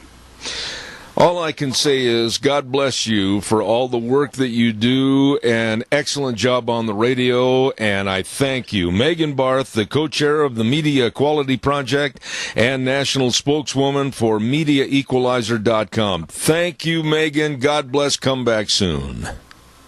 Well, let me know what Catherine says. I'd love to hear it. All right, I will. Thank you so much. Great lady, and I'm very privileged to have her on my program, Megan Barth, and she is a mainstay. This mess in Las Vegas with that mass shooting, it just blows my mind that months and months and months after the event, the tragedy, the travesty, and still so many questions with no answers, and so much of a quote-unquote cover-up. What really happened, and what do certain groups, individuals, and possibly even the feds, what do they not want us to know? Calls welcome, 436-2244, 1-866-927-4587. I've got to get a weather forecast on here, and I'd love to have some more of your phone calls. Don't forget, right now, Phillips, Oaks, Goodwin, Crane, and Company bring you the weather. They provided accounting services to the Mini-Cassia area for well over 50 years. The best of tax return preparation, tax planning, financial statement preparation, retirement planning, and so much more. And my dear buddy old Leiden Crane over there has made mention of the fact that there have been some big changes to the tax laws this year, and many of the tax rates have changed. There are new deductions available, but there are also some twists and turns with the old deductions. You'd better find out more and contact Phillips Oaks Goodwin Crane and Company today, with offices in Burley and Rupert, serving you, your family, and your business. Right now, here's the weather. If you were hoping for a temperature cool down, well, that is not going to happen this week, unfortunately. Here's your weather forecast for Zebedee Ranch. We are expecting mostly sunny skies today. High of 95, slightly breezy, winds out of the west, right around 8 miles an hour. Tonight, mostly clear with a low of 60. Tomorrow, again, sunny skies, high of 95, slightly breezy, expecting an overnight low of 60 for Friday. Just photocopy that forecast. Sunny skies, high of 95, overnight low of 56. Saturday, sunny and 93, and as we head on into Sunday, sunny and 92. That's your weather forecast for Zebedee Ranch. Thank you, Gina. And believe me, do you understand how these tax changes might affect you and your family and your business? Well, you should know, and you'd better know. Get a hold of the people that can explain it to you. Phillips Oaks Goodwin Crane and Company, providing accounting services to the Mini-Cash area for well over 50 years, with offices in Burley and Rupert. Wow. Give us a call, 436-2244, 1-866-927-4587. There is just absolutely so much going on with various stories in the news today, and people sometimes, I know they just go, holy smokes, I can't keep up with it all. We've got to become our own detectives. We've got to become our own answers to the questions that are going out there. We've got to be more researchful, if there is such a word, and we've got to try to learn what's happening. An informed public is not going to be duped, and an informed public is not going to be taken over. And right now, I am really concerned. This story in Las Vegas, it not only intrigues me, but it scares me that we still have not, in a free society, been given the answers. Caller, good morning. You're on the air. Good morning, Zeb. Now, I don't want you to get out your hanky and start crying, but you are the best thing we could expect here in our area to give us information that we otherwise would not know about. All the guests that you have on your program are really in the know. And guess what? They don't charge you a dime. They just want to get it out, and you do too. And kudos. Well, that's very nice of you. Cheers. That's very nice of you to say that. I will say this, Keith, in response to your statement, is that when I started this program, I didn't know that I could make it as good as it is today. And when I'm not patting myself on the back, but I've been blessed with a lot of contacts at various news organizations and media outlets that have helped me and have introduced me to a lot of powerful people in the media that are connected to these various voices. And I just absolutely feel blessed that I can get people on of this caliber and keep them coming back on my program. And I thank you for your comment. Well, just one more thing. You know, it made me think of this is when you mentioned Catherine Hetheridge. What? Catherine Herridge. Yes, Catherine Herridge. Talk to her. Yes. She's famous, and she's very knowledgeable, and she knows what's going on. Catherine is a very, very nice lady, and of course has written books on terrorism, etc. And she's just one of the many, many people that have been a blessing on our program and have been on the show many times. And I'm going to ask her and others that I know at various news outlets why we're not finding out more answers to this Las Vegas dilemma. Keith, thank you for your call. I appreciate it, and we'll see you tomorrow at Lunch Bunch. Thank you much. You can count on it. All right, buddy. Thank you. No, I really, from the shooting to the how and the why and the where and everything else in that story about Paddock and how he managed to do what he did, such a heinous deed, and not be detected, not be found out, not have any questions asked of him, it just unbelievably, it's still in the process of being answered. And are there cover-ups from the various power people in Las Vegas, or are there answers that they don't want us to know through the federal government? I don't know. And anything and everything right now is speculation because we haven't been told the truth. The simple word, the truth. That's something that hasn't come out on this absolute heinous shooting, the most and the worst mass shooting in modern American history. Unbelievable. Don't forget your friends at Cameron and Siemens Insurance, Highway 24 in Rupert. I'll be right there, caller. Stand by. All your life insurance, health insurance, retirement planning, employee benefits, everything. They are dedicated and responsive to your needs. All you need to do is call and make an appointment at 436-4424. That number again, 436-4424. Cameron and Siemens Insurance, Highway 24 in Rupert. Caller, I got exactly 90 seconds. Go ahead. You're on the air. I think I can have 90 seconds. Las Vegas lives and thrives on secrets. People go there and do things that they weren't kept secret, and Las Vegas doesn't tell on them. But, Chris, I don't mean to say this in derogatory form to what you just said, but I don't want to simplify this mass shooting as nothing more than a secret. There has to be some reasons, and there has to be more of an underlying story about Stephen Paddock and all the connections and everything behind the scenes that we're not being told. Without getting the information, why can't this happen again? Well, it can happen again. And I certainly hope that the Las Vegas investigators are uncovering things that we will soon hear about. Absolutely. Chris, thank you so much for calling back. I appreciate it. God bless you and your family. Thank you. Mm-hmm. All right. Boy, this half hour really went around the NASCAR track fast and pulled up to the finish line. We're going to take a little break right now and send it back over to Wheels and the rest of the folks at our main studio. Coming up next hour, we've got a filmmaker by the name of J.D. Leet. I hope I said his name correctly. And he's got a film out called The Target of Opportunity. And then at 10:30, Dr. Paul Nathanson. Don't miss it. Going to be good. Zeb at the Ranch. I'll be right back.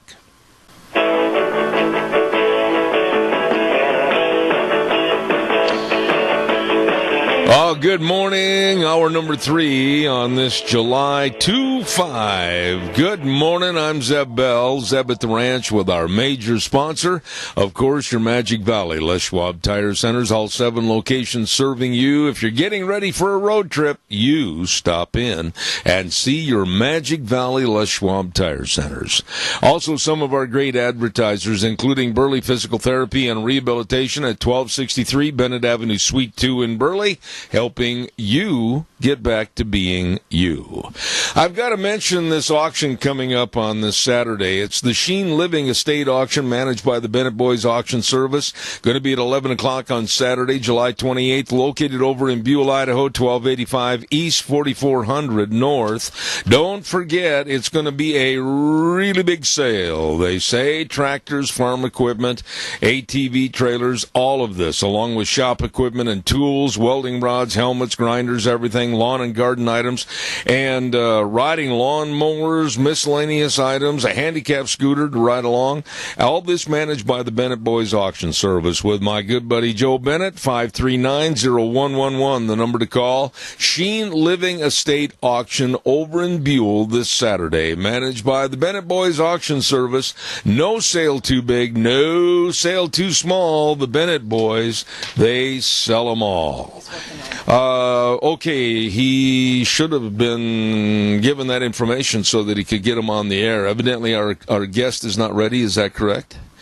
All right, we're going to have everything taken care of momentarily.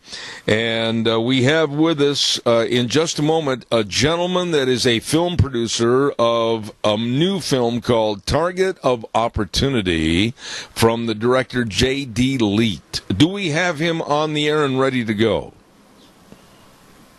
Wheels? Give me 1 second. Hurry with that, please. Also, I'd like to remind you, too, if I have just a moment while I'm waiting, Save on Shells. Absolutely, we say thank you to these good people. And Anthony and Save on Shells at 1027 Overland and Burley, I absolutely swear by their service. They can custom fit any truck on the road. Save on Shells. That's where I got my camper shell. You should, too. The service is fantastic, and, of course, the selection better than anywhere else. You be sure and stop in at 1027 Overland and Burley. Save on Shells with Anthony. Give him a call, 312-1525. Save on Shells. Do we have our guest ready to go? Yes, sir. All right, thank you. I'm going to say his name, and then he can correct me on the pronunciation. He's the creator of the film The Target of Opportunity and was a naval special warfare combat crewman. Good morning, J.D. Leet. How are you? That's absolutely correct. You got all the letters right. All right. Well, J.D. put a gold star on my name up on the wall. I appreciate that. Give us a little thumbnail sketch of this film called Target of Opportunity and why you wanted to get involved. Well, it's a very complicated story, so I'll try to shrink it down into the cliff notes. But there was a murder in 1995 in Virginia Beach of an innocent girl, Jennifer Evans, and two Navy SEAL trainees, Billy Joe Brown and Dustin Turner, were arrested for the murder after Dustin Turner had taken police to the body after keeping it quiet for a week and then finally asking his superior officer what he should do about this. We know now what happened, but at the time, they accused each other after Turner took police to the body and said, Brown was extremely drunk when he killed this girl, and it's almost like an accident because of the level of steroid use and things that Brown was doing during the training. But then when they confronted Brown said, no, he did it. So you had these two stories, and the prosecutors either didn't know or didn't want to figure out who was telling the truth because they tried them separately using two different theories of the crime. So I was attached to a SEAL team. I did over 20 years, and a good bit of it as a support guy, communicator with the SEALs, and then eventually as a SWIC, the Special Warfare boat guys that deliver SEALs to and from the target. And I retired after coming home from Afghanistan. And this crime happened in 95. It was like a bomb went off of the SEAL teams. It was awful. You had two guys in the community that were accused of this abducting a girl for sex, and just it's such a cowardly thing that I just couldn't imagine it to be guys in the community. It just didn't seem plausible.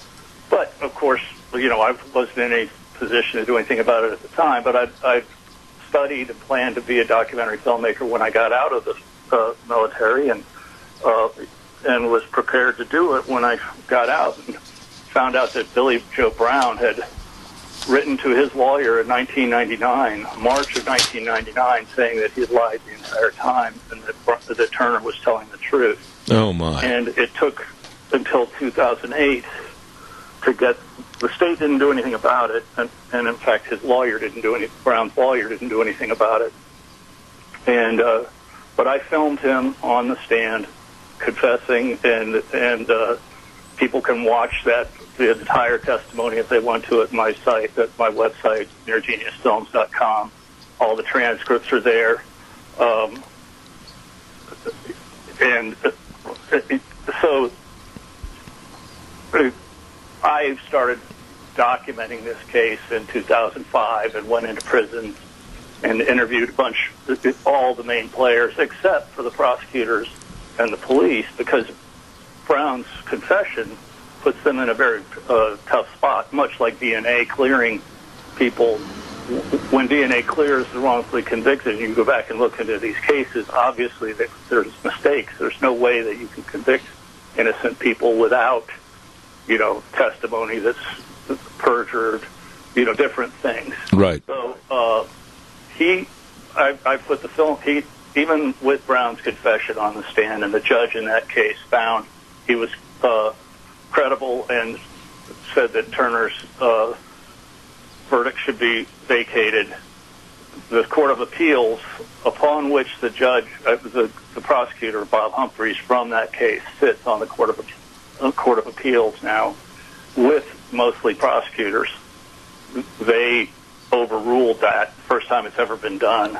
Oh my! Turner was the first one to ever win at that. It's such a high burden, and so it was overturned by the Court of Appeals, and Dustin Turner still sits in prison 23 years after he was convicted, or after he was arrested, and what is it? Almost 20 years since Brown first wrote his lawyer saying all of that stuff I was saying was a lie. Oh my. And he's still in prison. Okay, now let me, if I may, sir, kind of ask you questions about this case and the time remaining in this segment. First of all, J.D., with the guilt by association of being with the perpetrator and the killer, what are the charges that they're saying that Dusty Turner was guilty of? Just being an associate of this man, or what did they say he actually did? When he was first tried, they used Brown's story that we took her somewhere and Turner killed her during a sexual assault. So they had an underlying abduction, which is a felony. So they found him guilty of felony murder, which would be correct if they had actually abducted her. But this was all based on Brown's allegations, of which he made 3 or 4 different stories. And that would have been the first clue that, wait, he's all over the place. Turner's saying, Brown killed her in the parking lot. There was no abduction, but that's how they got a felony abduction, and so that's what he was found guilty of, an underlying felony, and therefore, if somebody dies during the commission of a felony, you're guilty of that murder, even if it were an accident. Mm-hmm. If you were committing a felony during that, and that's a fairly it's a good law in the sense that it curbs felonies. Right. But in this case, that felony just didn't happen. Well, J.D., that being said, and after the admission of guilt by Brown, which should have cleared Dusty Turner from the actual murder charges, why wasn't there or isn't there a reevaluation of his guilt and or time served and possibly leniency or a curtailment of his jail sentence? Well, that is what happened in 2008 with the writ of actual innocence, which he won. But then it got overturned, and so that you only get one chance at that. He would have multiple other avenues if the governor would determine, because the only thing left is this clemency. And it's been passed from Bob McDonald, who didn't make a decision on it, to Governor Terry McAuliffe, who didn't make a decision on it, to the current governor, Northam. And if they would make a decision and even deny it, he could then resubmit. But again, the politics of it, because there will be people that don't understand the facts of the case, that still view Turner as this abducting savage, that don't understand, that don't even know that Billy Brown has confessed, has been confessing for nearly 20 years now. And there's so much politics with it that we hope that Northam will do the right thing here. And I encourage people to contact, whether you live in Virginia or not, if you watch the film and read the transcripts on my website of the original trial, watch all of Brown's confession. It's pretty clear, as Judge Lowe concluded. He's telling the truth. That's not a common thing for judges to do, to overturn a sentence by one of their own courts. But it's clear that Brown's telling the truth. And, he has traits, pretty psychopathic traits, that he never should have been allowed to be in the Navy. He admits to no conscience. And It's only, in 2009 he got sent to Red Onion and started studying the Bible, and I go back and forth of whether I really believe a psychopath can become saved, but he certainly does know the Bible. But I believe it's mostly about him, and he believes in the classic narcissist psychopathic way that he's made a deal with God, and he still doesn't show any real empathy for Turner or especially Jennifer Evans' family, who were there in the court when he was telling the truth. He just doesn't have it in him, and he never should have been allowed in the Navy, let alone be trained as a SEAL. And it's a scar that we still bear. Well, let me ask you this, J.D., and I want to say this out of complete respect for the Navy, the SEALs, you, and everyone else, but I think it's a question that has to be asked. With the overturning of the possible reassessment of the guilty or not guilty verdict, and they overturned it, basically it sounds to me, someone that's removed from this case, and you have all the knowledge, with that overturning, it sounds like they almost opened the shelf drawer, put the information in there, shut it, and lock the key for the benefit of the Navy and the Navy SEALs, and there would be no more tarnishment on the record. Is that a fair assessment? I think it's a completely fair assessment. When I started looking into it and contacted the Public Affairs Office and different things, and I let them know, they knew me, or some did, but this is not something they wanted to take on again. It was awful for the community, for us, and a lot of them are misinformed. Believed what the media had said at the time, and just want to turn the page. But it's been 23 years, and the true victim is Jennifer Evans and her family. But Dustin Turner and his family were destroyed by our letting this guy in, training him, and pairing him with Dustin Turner, who protected him constantly. As you'll see in the film, this was a common thing over the year and a half. They were swim buddies. Turner had protected him, and then eventually he does something he can't change. He can't, as he says in the film, you've done something that can't be fixed. And it's an amazing and compelling thing of we don't know what we would do if we were actually in that situation, and most people haven't been through that training where you never get 6 feet apart from your swim buddy during BUD/S, during the training. This is a guy that you take a bullet for, and but somebody kept allowing him to keep passing through despite a hit and run, multiple problems with being drunk, and he says on the stand that he had gotten to where he could drink a fifth of 151 and a case of beer in a 24-hour period. Wow. And operate as a SEAL in the morning. And then he was doing 4 times the prescribed steroid use, even though they're illegal if you've got a prescription for them. And back then it was much more common than it is now. And a lot of the training has changed, I think, because of this case, because it is so.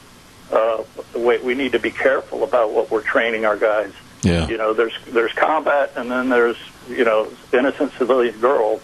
And if your swim buddy kills somebody, you don't cover for them. And I think they've done out of their way and done a good job of correcting and letting these kids who are going under pretty severe psychological training, right, and physical, obviously. But I think we've come a long way.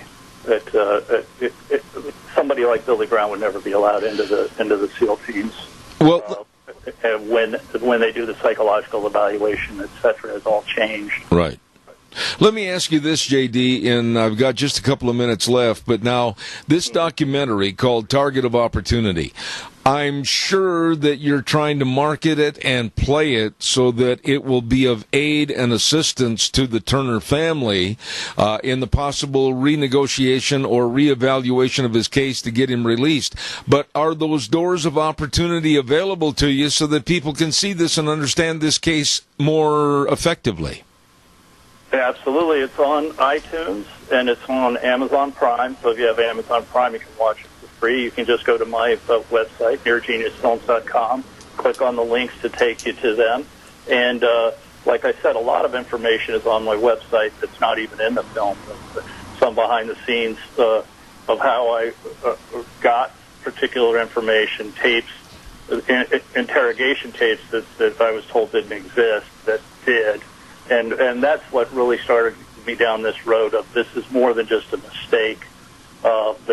There's something more at play here, and the politics of it is still, it's just an onion that you peel back one thing and there's something else there. Well, JD, there's people that have started nonprofits. Watch this film. Yeah. Started nonprofits in Virginia. Virginians for Judicial Reform began after watching this film. It will get you angry because Justin Turner does not deserve to be in prison 23 years later. He made a horrible mistake, but it's hard to know what any of us would do in an impossible situation like that.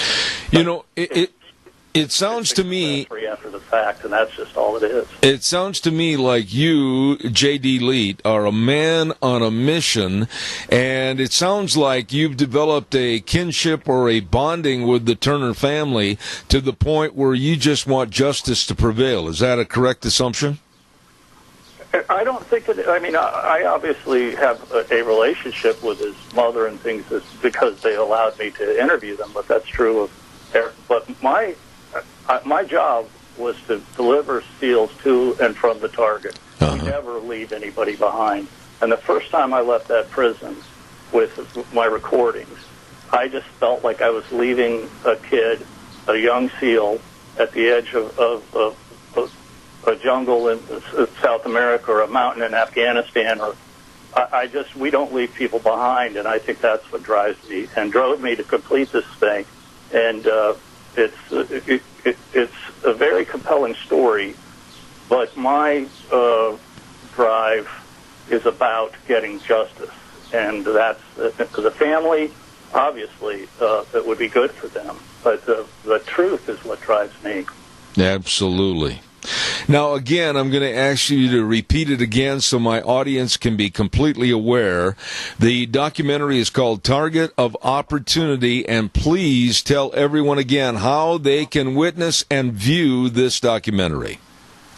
The best way is just go to neargeniusfilms.com and then choose the link to iTunes or Amazon Prime or Amazon and just and download it if you're not a Prime member. And just neargeniusfilms.com. All right. J.D. Leet, creator of the film Target of Opportunity. God bless you, man. I appreciate what you're doing, and I appreciate your talent. Thank you so much. Well, thank you for having me. You bet, sir. Thank you. Very interesting gentleman, film producer J.D. Leet, and also a member of the United States Navy as far as Naval Special Warfare, combat crewman, etc., and supporter of Navy SEAL operators. Wow, what a story. One man languishes in prison even though he was not the hand that was guilty of the murder. And it seems like there is a closed-door policy of, well, we've listened to it once. We don't want to listen to it again. Wow. Calls are welcome, 436-2244, 1-866-927-4587. I get an opportunity right now to really invite you, on behalf of all the Minidoka County Fair folks, to the 70th Annual Minidoka County Fair. Building Dreams at the Minidoka County Fair. It's going to run all next week, the Monday, July 30th, all the way through August 4th. Monday's going to be the lawnmower races at 6 p.m. at the arena. Tuesday, of course, Tiny Tot Gymkhana and the Charlie Jenkins. He'll love that. Charlie Jenkins, great concert that's going to happen on July 31st, presented free to the public thanks to PMT. And then, of course, they're going to have on Wednesday, Antique Engine Show, the Lions Barbecue at 5:30 p.m. in the grass area, all you can eat. And following that, the Fair Board Social, cobbler and ice cream. that sounds good. And Wednesday and Thursday, they're going to have the Junior Rodeo at the Rodeo Arena at 7 p.m. And then Friday and Saturday night, the Wild West Open Rodeo. And that's going to be Friday and Saturday night starting at 7:30 p.m. Oh, my goodness. Don't forget Saturday, earlier in the day at 9 o'clock in the morning, as a matter of fact, the 4-H and FFA Buyers Livestock Auction. And at 1 o'clock on the horse track, the Antique Tractor Pull. Gee whiz, they've got all kinds of fun lined up for you and the family at the 70th Annual Minidoka County Fair.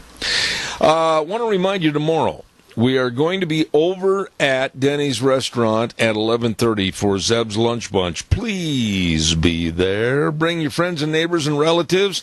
And we're going to have a lot of door prize giveaways with certificates to Walmart, Smith's Foods, Hanson Mortuary, Stokes Groceries, Doug Martin, Pomerelle Place, Denny's Restaurant. Wow. Come on in. 11:30 tomorrow morning. 11:30 tomorrow morning. We're going to be at Denny's Restaurant, America's Diner, at 611 North Overland and Burley. Yep, you betcha, Zeb's Lunch Bunch. You please be there. Dr. Paul Nathanson is going to be on our program right after the break at the bottom of the hour, and I can't wait to hear his conversation about Thabies. Yeah, you heard me right. Thabies. They're not boys or girls anymore. They're Thabies. Right now, let's send it back over to Wheels at our main studio. We'll be back in about 3 minutes. And now, back to Zeb at the Ranch on AM 1230 KBAR. To reach Zeb, call 436-2244 or toll free 1-866-927-4587. And now, here is Zeb Bell. Oh, good morning and welcome back to our last half hour. And I'm just going to throw my hands up in the air and say, holy smokes, what is going on in our society? Now, babies, boys and girls, well, we can't call them that anymore. We're going to call them Thabies. Good Lord, what's going on? And let's ask a man that knows, Dr. Paul Nathanson. Good morning, sir. How are you? Good morning. Dr. Nathanson, I'm at the end of my rope. I'm holding on to the knot because there's no sanity left in our culture anymore. What in the world is the terminology Thabies? Well, that's intended for people who don't want to identify their children, either to their children or to anyone else, by he or she. So they just refer to them as they. Okay, so what is the big fear about identifying a child as a little boy, little Johnny, little Arnold, or whatever, and the girls, little Susie, little Priscilla? What is going on in our society that we have to cater to this kind of absolute lunacy? Well, I think that it sounds very trivial, and lunacy is one word to describe it. This is a very small number of people. They're usually, I would imagine, highly educated, elite people who, because of their ideological commitments to feminism, decided that they want to get rid of gender altogether. Gender is a problem, they say, for women, and therefore the world would be better off without any reference at all to gender. Now, gender isn't the same as sex, which is biology, but in some ways it comes down to the same thing. So they say, well, we're going to not tell our children that they have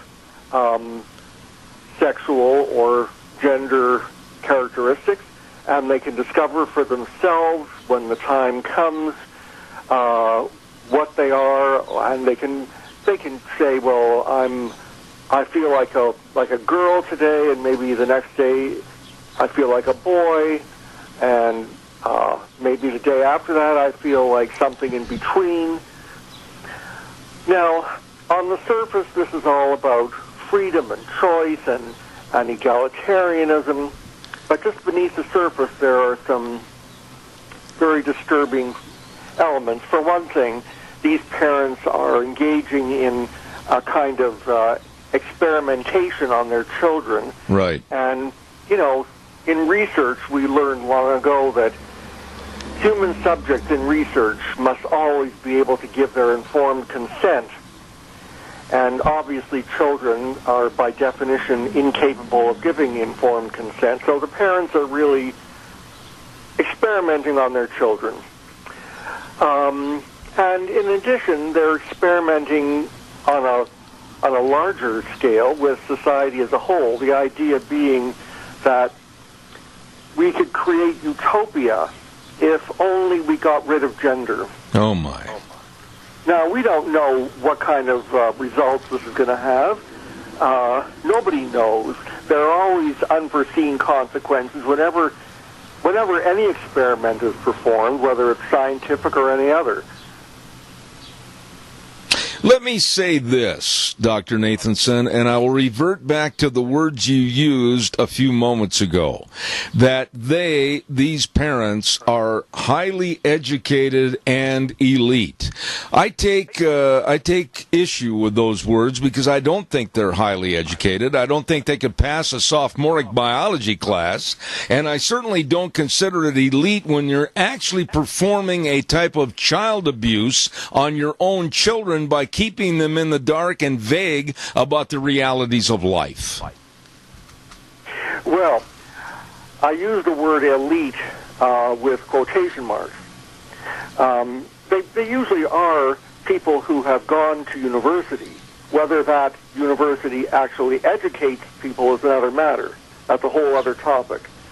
But they usually have, at least on paper, some kind of university degree, and usually that implies that they have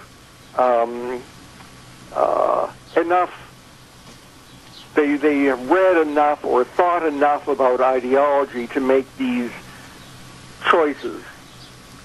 Okay, their lives are not consumed by earning a living and getting by.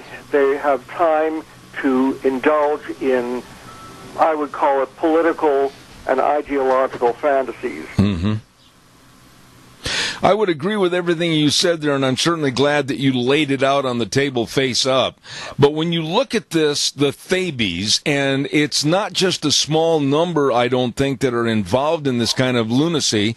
I saw on Fox News not too many nights ago a woman by the name of Kathy Arreo that absolutely was advocating that we not tell children they're boys or girls, and we come up with a completely different communication system that is non-sexist. I got to scratch my head. I'm a 70-year-old man, Paul Nathanson, and I can't handle this. Society was not meant to be this way. Well, it remains to be seen whether society can endure this way. You know, you could argue that this is one sign of a kind of paralysis that is occurring due to the whole lack of understanding of how human identity is formed. You know, we use culture to interpret our bodies and the world around us. And that gives some people the idea that you can use culture to do anything.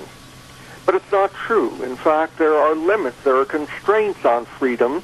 We have to make choices, and we need to be informed about what those choices are.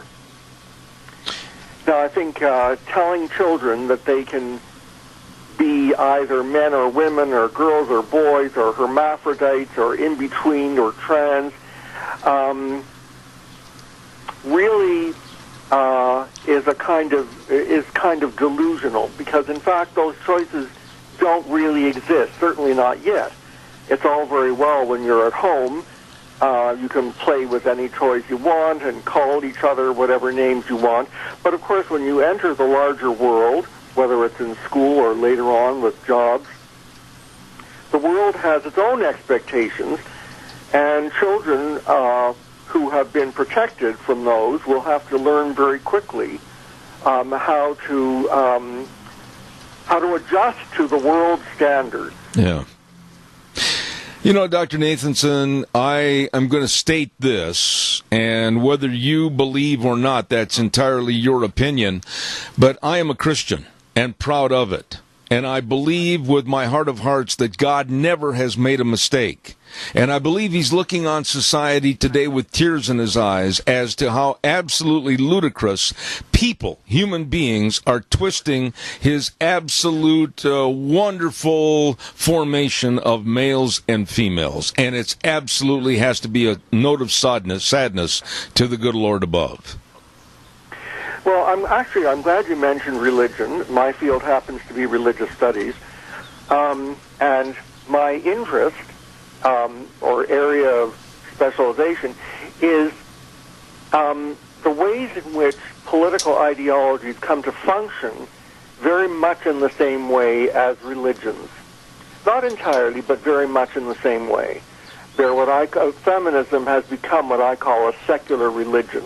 Yes. And like any religion, it has doctrines, it has beliefs, it has practices, and they, in a sense, you could say they mimic religion.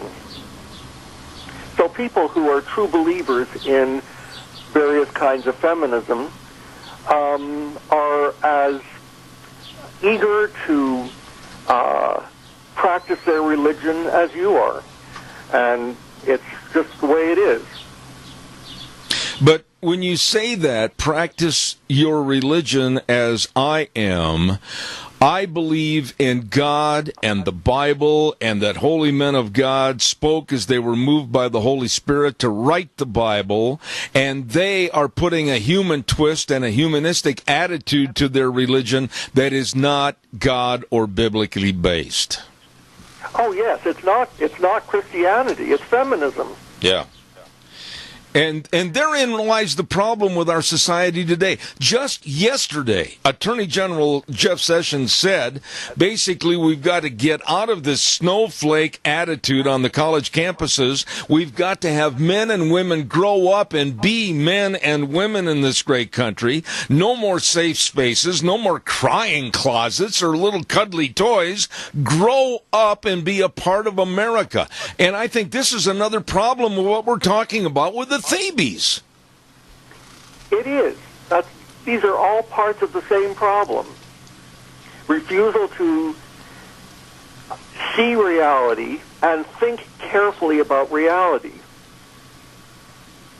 In other words, we've spent 40 or 50 years glorifying feeling at the expense of thinking. So if you feel good about something, great. If you feel bad about something, then find a way of hiding from it or reinterpreting it. But the idea that you have to actually account for reality and be responsible about it, that seems to be disappearing. And I think Sessions was actually quite right about that. But where do we draw the line now in order to get back to a value system, a moral system, and equate with what this country was founded on and how we grew as a nation for the last 245 years, etc.? How do we get back to normalcy? I mean, we're going off in different directions like spokes of a wheel, and none of it is good for this country. Well, if I had the answer to your question, I would have a Nobel Prize. I don't have the answer. I agree. My job is simply to describe a phenomenon and make sure that people know about it and are thinking about it and talking about it. And then I have to hope that people will come to their senses. As a professor, though, when you look and listen to what's going on a daily basis, and you hear people that are leading their children into this absolute idiocy of, well, we're not going to tell you whether you're a boy or a girl. At 4 years of age, you can start making 4 years of age. They can start making their own choices. I've never heard of anything that is completely brain dead as this, and we're raising a society that's not going to be a society. Well, I agree. You know, historically, no society has endured forever. And maybe the lifespan of this one is coming to its end. I don't know.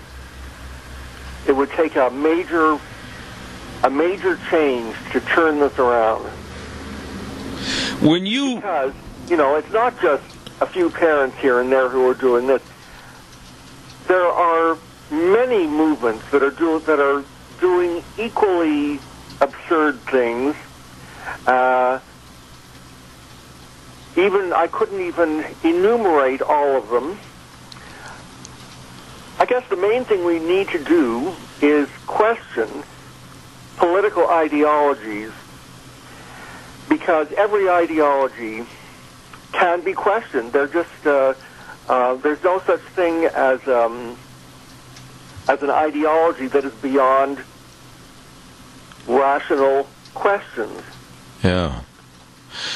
As a professor, universities are not doing that. Right. Right there's the next question. Universities of higher education, higher knowledge to propel these people that are going to school and their interest to go out and jump at the world and say to the world, I'm here, I can cure the world's ills. They're not doing this. They're creating dependency. They're not creating geniuses to go out and solve cancer or come up with answers to really tough questions. They're creating dependence. And that's entirely wrong. Well, it is. And, you know, there are people who are beginning to realize this. For example, more than a few women have reacted very negatively to the Me Too movement, because Me Too is basically saying to women, you are a fragile being, you cannot defend yourself, you cannot, you need help, and if that help means undermining the law and promoting vigilante justice instead, then that's okay. But women cannot be trusted to take care of themselves. You know, I could listen to you all day long because you're a voice of reason and a voice of sanity, and I'm just a simple old cowboy from southern Idaho that says the return of the John Wayne image is needed and necessary to restore the values of America, and I sometimes think that is long gone. Well, look, nothing lasts forever. Times do change, and it's not necessarily true that everything in the past was a golden age. I mean, there were problems in the past, too. They were different problems. You know, we had rampant racism, for example. I don't want to return to that. Yeah. But nevertheless, the past is a kind of repository of the wisdom gained by human experience. And if we just toss that out and reinvent the wheel every generation, then we're in big trouble. Very well stated. Dr. Paul Nathanson, you've written quite a few books and you're very knowledgeable. Tell us how people can follow and read and understand your great writings. I'd like to hear more. Tell us where they're available. They're on Amazon. All you have to do is know my name, and my co-author is Catherine Young, and we've written 4 books on misandry. And they're all on Amazon. You know, Dr. Nathanson, I thank you for coming on my program, and when I feel it's absolutely futile and there's no hope, I'm going to give you a call, and you can inspire me for the next couple of days. Thank you so much. Good. Thank you very much. All right. Thank you, Dr. Paul Nathanson. Wow. This is absolutely child abuse, in my opinion, to where parents are not going to call the baby a boy or a girl, and they're saying, well, we'll just wait and let the little toddler make up its own mind. Ay, ay, ay, ay, ay. Those are the words of my grandmother when she was really disgusted with something and didn't understand it and why people were so stupid. She used to stand there and go, ay, ay, ay, ay, ay.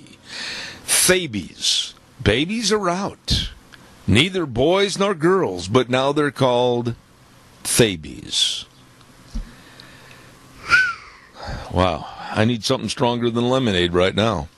It's time for the weather, and the weather brought to you by Scarrows Meats, 331 North Road, Jerome. Or you can go to their website, www.scarrowsmeats.com.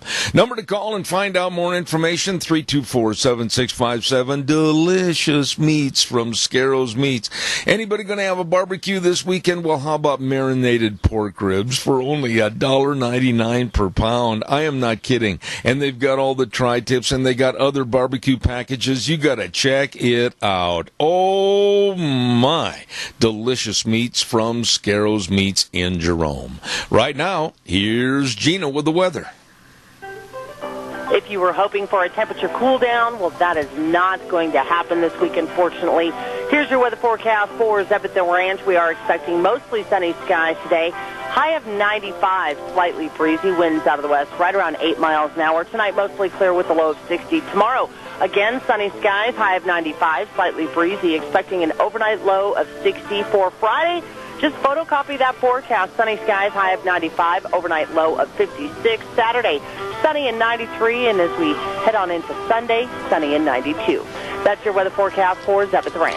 Thank you, Gina. Brought to everybody by Don Scarrow and the crew at Scarrows Meats, 331 North Road, Jerome. That number again, 324-7657. They are changing the way we eat one delicious bite at a time at Scarrows Meats. Honestly, give me a call and let me know your opinion about some of the great segments we've had on the show this morning. This last one blows my mind. Have we reached that point that we're going to allow, like he had mentioned, what they call themselves, highly educated elitists that are going to get rid of and never adhere to any genderism whatsoever? That baby is not a boy, it's not a girl, it's a baby. This is complete lunacy. And you know what else it is? It's a slap in the face to our Creator, God. It is absolutely destroying God's Word. It is absolutely putting the human element above everything else, and that's wrong. I know that I'll get calls and they say, well, you have to respect these people and their opinion. No, I don't. No, I don't, when it's based on basically child abuse. And I think this is a form of child abuse. Leading children on in a kind of a utopian fairy tale world, and they don't know who or what they are or respect what they are. And then later on in life, they're just all of a sudden thrown into a quagmire of, oh my goodness, do I buy my clothes in the ladies' department or the men's department? Thanks to their idiotic parents. Think about it. It is definitely child abuse. Calls welcome, 436-2244, 1-866-927-4587. After the program's over, it's no wonder why I go out in my recliner and lay back with a cold cloth on my forehead. Anyway, don't forget our major sponsor, your Magic Valley Les Schwab Tire Centers. All 7 locations serving you. And if you're going to go on a road trip to see Aunt Martha and Uncle Fred back in Hutchinson, Kansas or whatever, make sure you check out all the great tire buys at any of the 7 locations of your Magic Valley Les Schwab Tire Centers. Oh my goodness, they got all the tires for your car and your pickup and your SUVs and your trailers, and they've got the Eclipse tire for your car on sale right now. All-season tread, advanced noise reduction. That is a great, great tire. Check it out. And along with the best in brake service and front-end alignments and shocks and struts and batteries, they really want to make sure you enjoy your road trip and then turn around and come safely back home. Absolutely. Lane and Rupert, Dave on Blue Lakes and Twin, Mike and Buell, Mike and Jerome, the Twist family in Paul, along with Daniel on Poline in Twin Falls, and Randy on Overland and Burley, the best, your Magic Valley Les Schwab Tire Centers. What have we got cooking tomorrow? Well, I'll tell you what. We've got Burley Livestock Report, and then we've got the Chamber Report with Sarah. And then we're going to talk to some more great people at Cassia Regional Hospital. And then at 9:30, one of my favorite people, Rita Ramsey, comes on the program. At 10:10, we're not sure who is going to be the Cassia County School Days guest yet, but we will find out. And then we'll have a business salute with Jeff over to Lee's Furniture. And then at 10:32, the old fishing hole with Sportsman's Warehouse and Josh. And right after that, we'll have the weather, and then I'm going to boogie right over to Denny's Restaurant, America's Diner, at 611 North Overland in Burley for Zeb's Lunch Bunch. And we urge you to be there. Call some of your friends, call some of your neighbors and relatives, and try to fill the place up tomorrow. We'd love to have you for our July edition of Lunch Bunch. And again, our thanks go out to Walmart, Smith's Foods, Hanson Mortuary, Stokes Groceries, Doug Martin, Palmer L Place, and Denny's for the gift certificates that we have the drawings for. I'm going to wrap it up and put it back in the box. By the way, Wheels, are you going to be at Lunch Bunch tomorrow? I am, yes, and I am bringing my mother. What about your grandma? My grandma is actually going to be coming back from Colorado with my dad this evening, since they're coming back for a week and a half. All right. She's been living with them there, so she might be tired from the drive, so I'm not sure. Well, if she feels up to it, we would love to have her, okay? Oh, most definitely. All right. I will definitely talk to her. All right. Thanks, Wheels. We're going to wrap it up, put it back in the box, where we always say on the end of this program, the way things were are the way things ought to be. And the world needs more cowboys. Have a good day. We'll see you tomorrow morning at 8:06.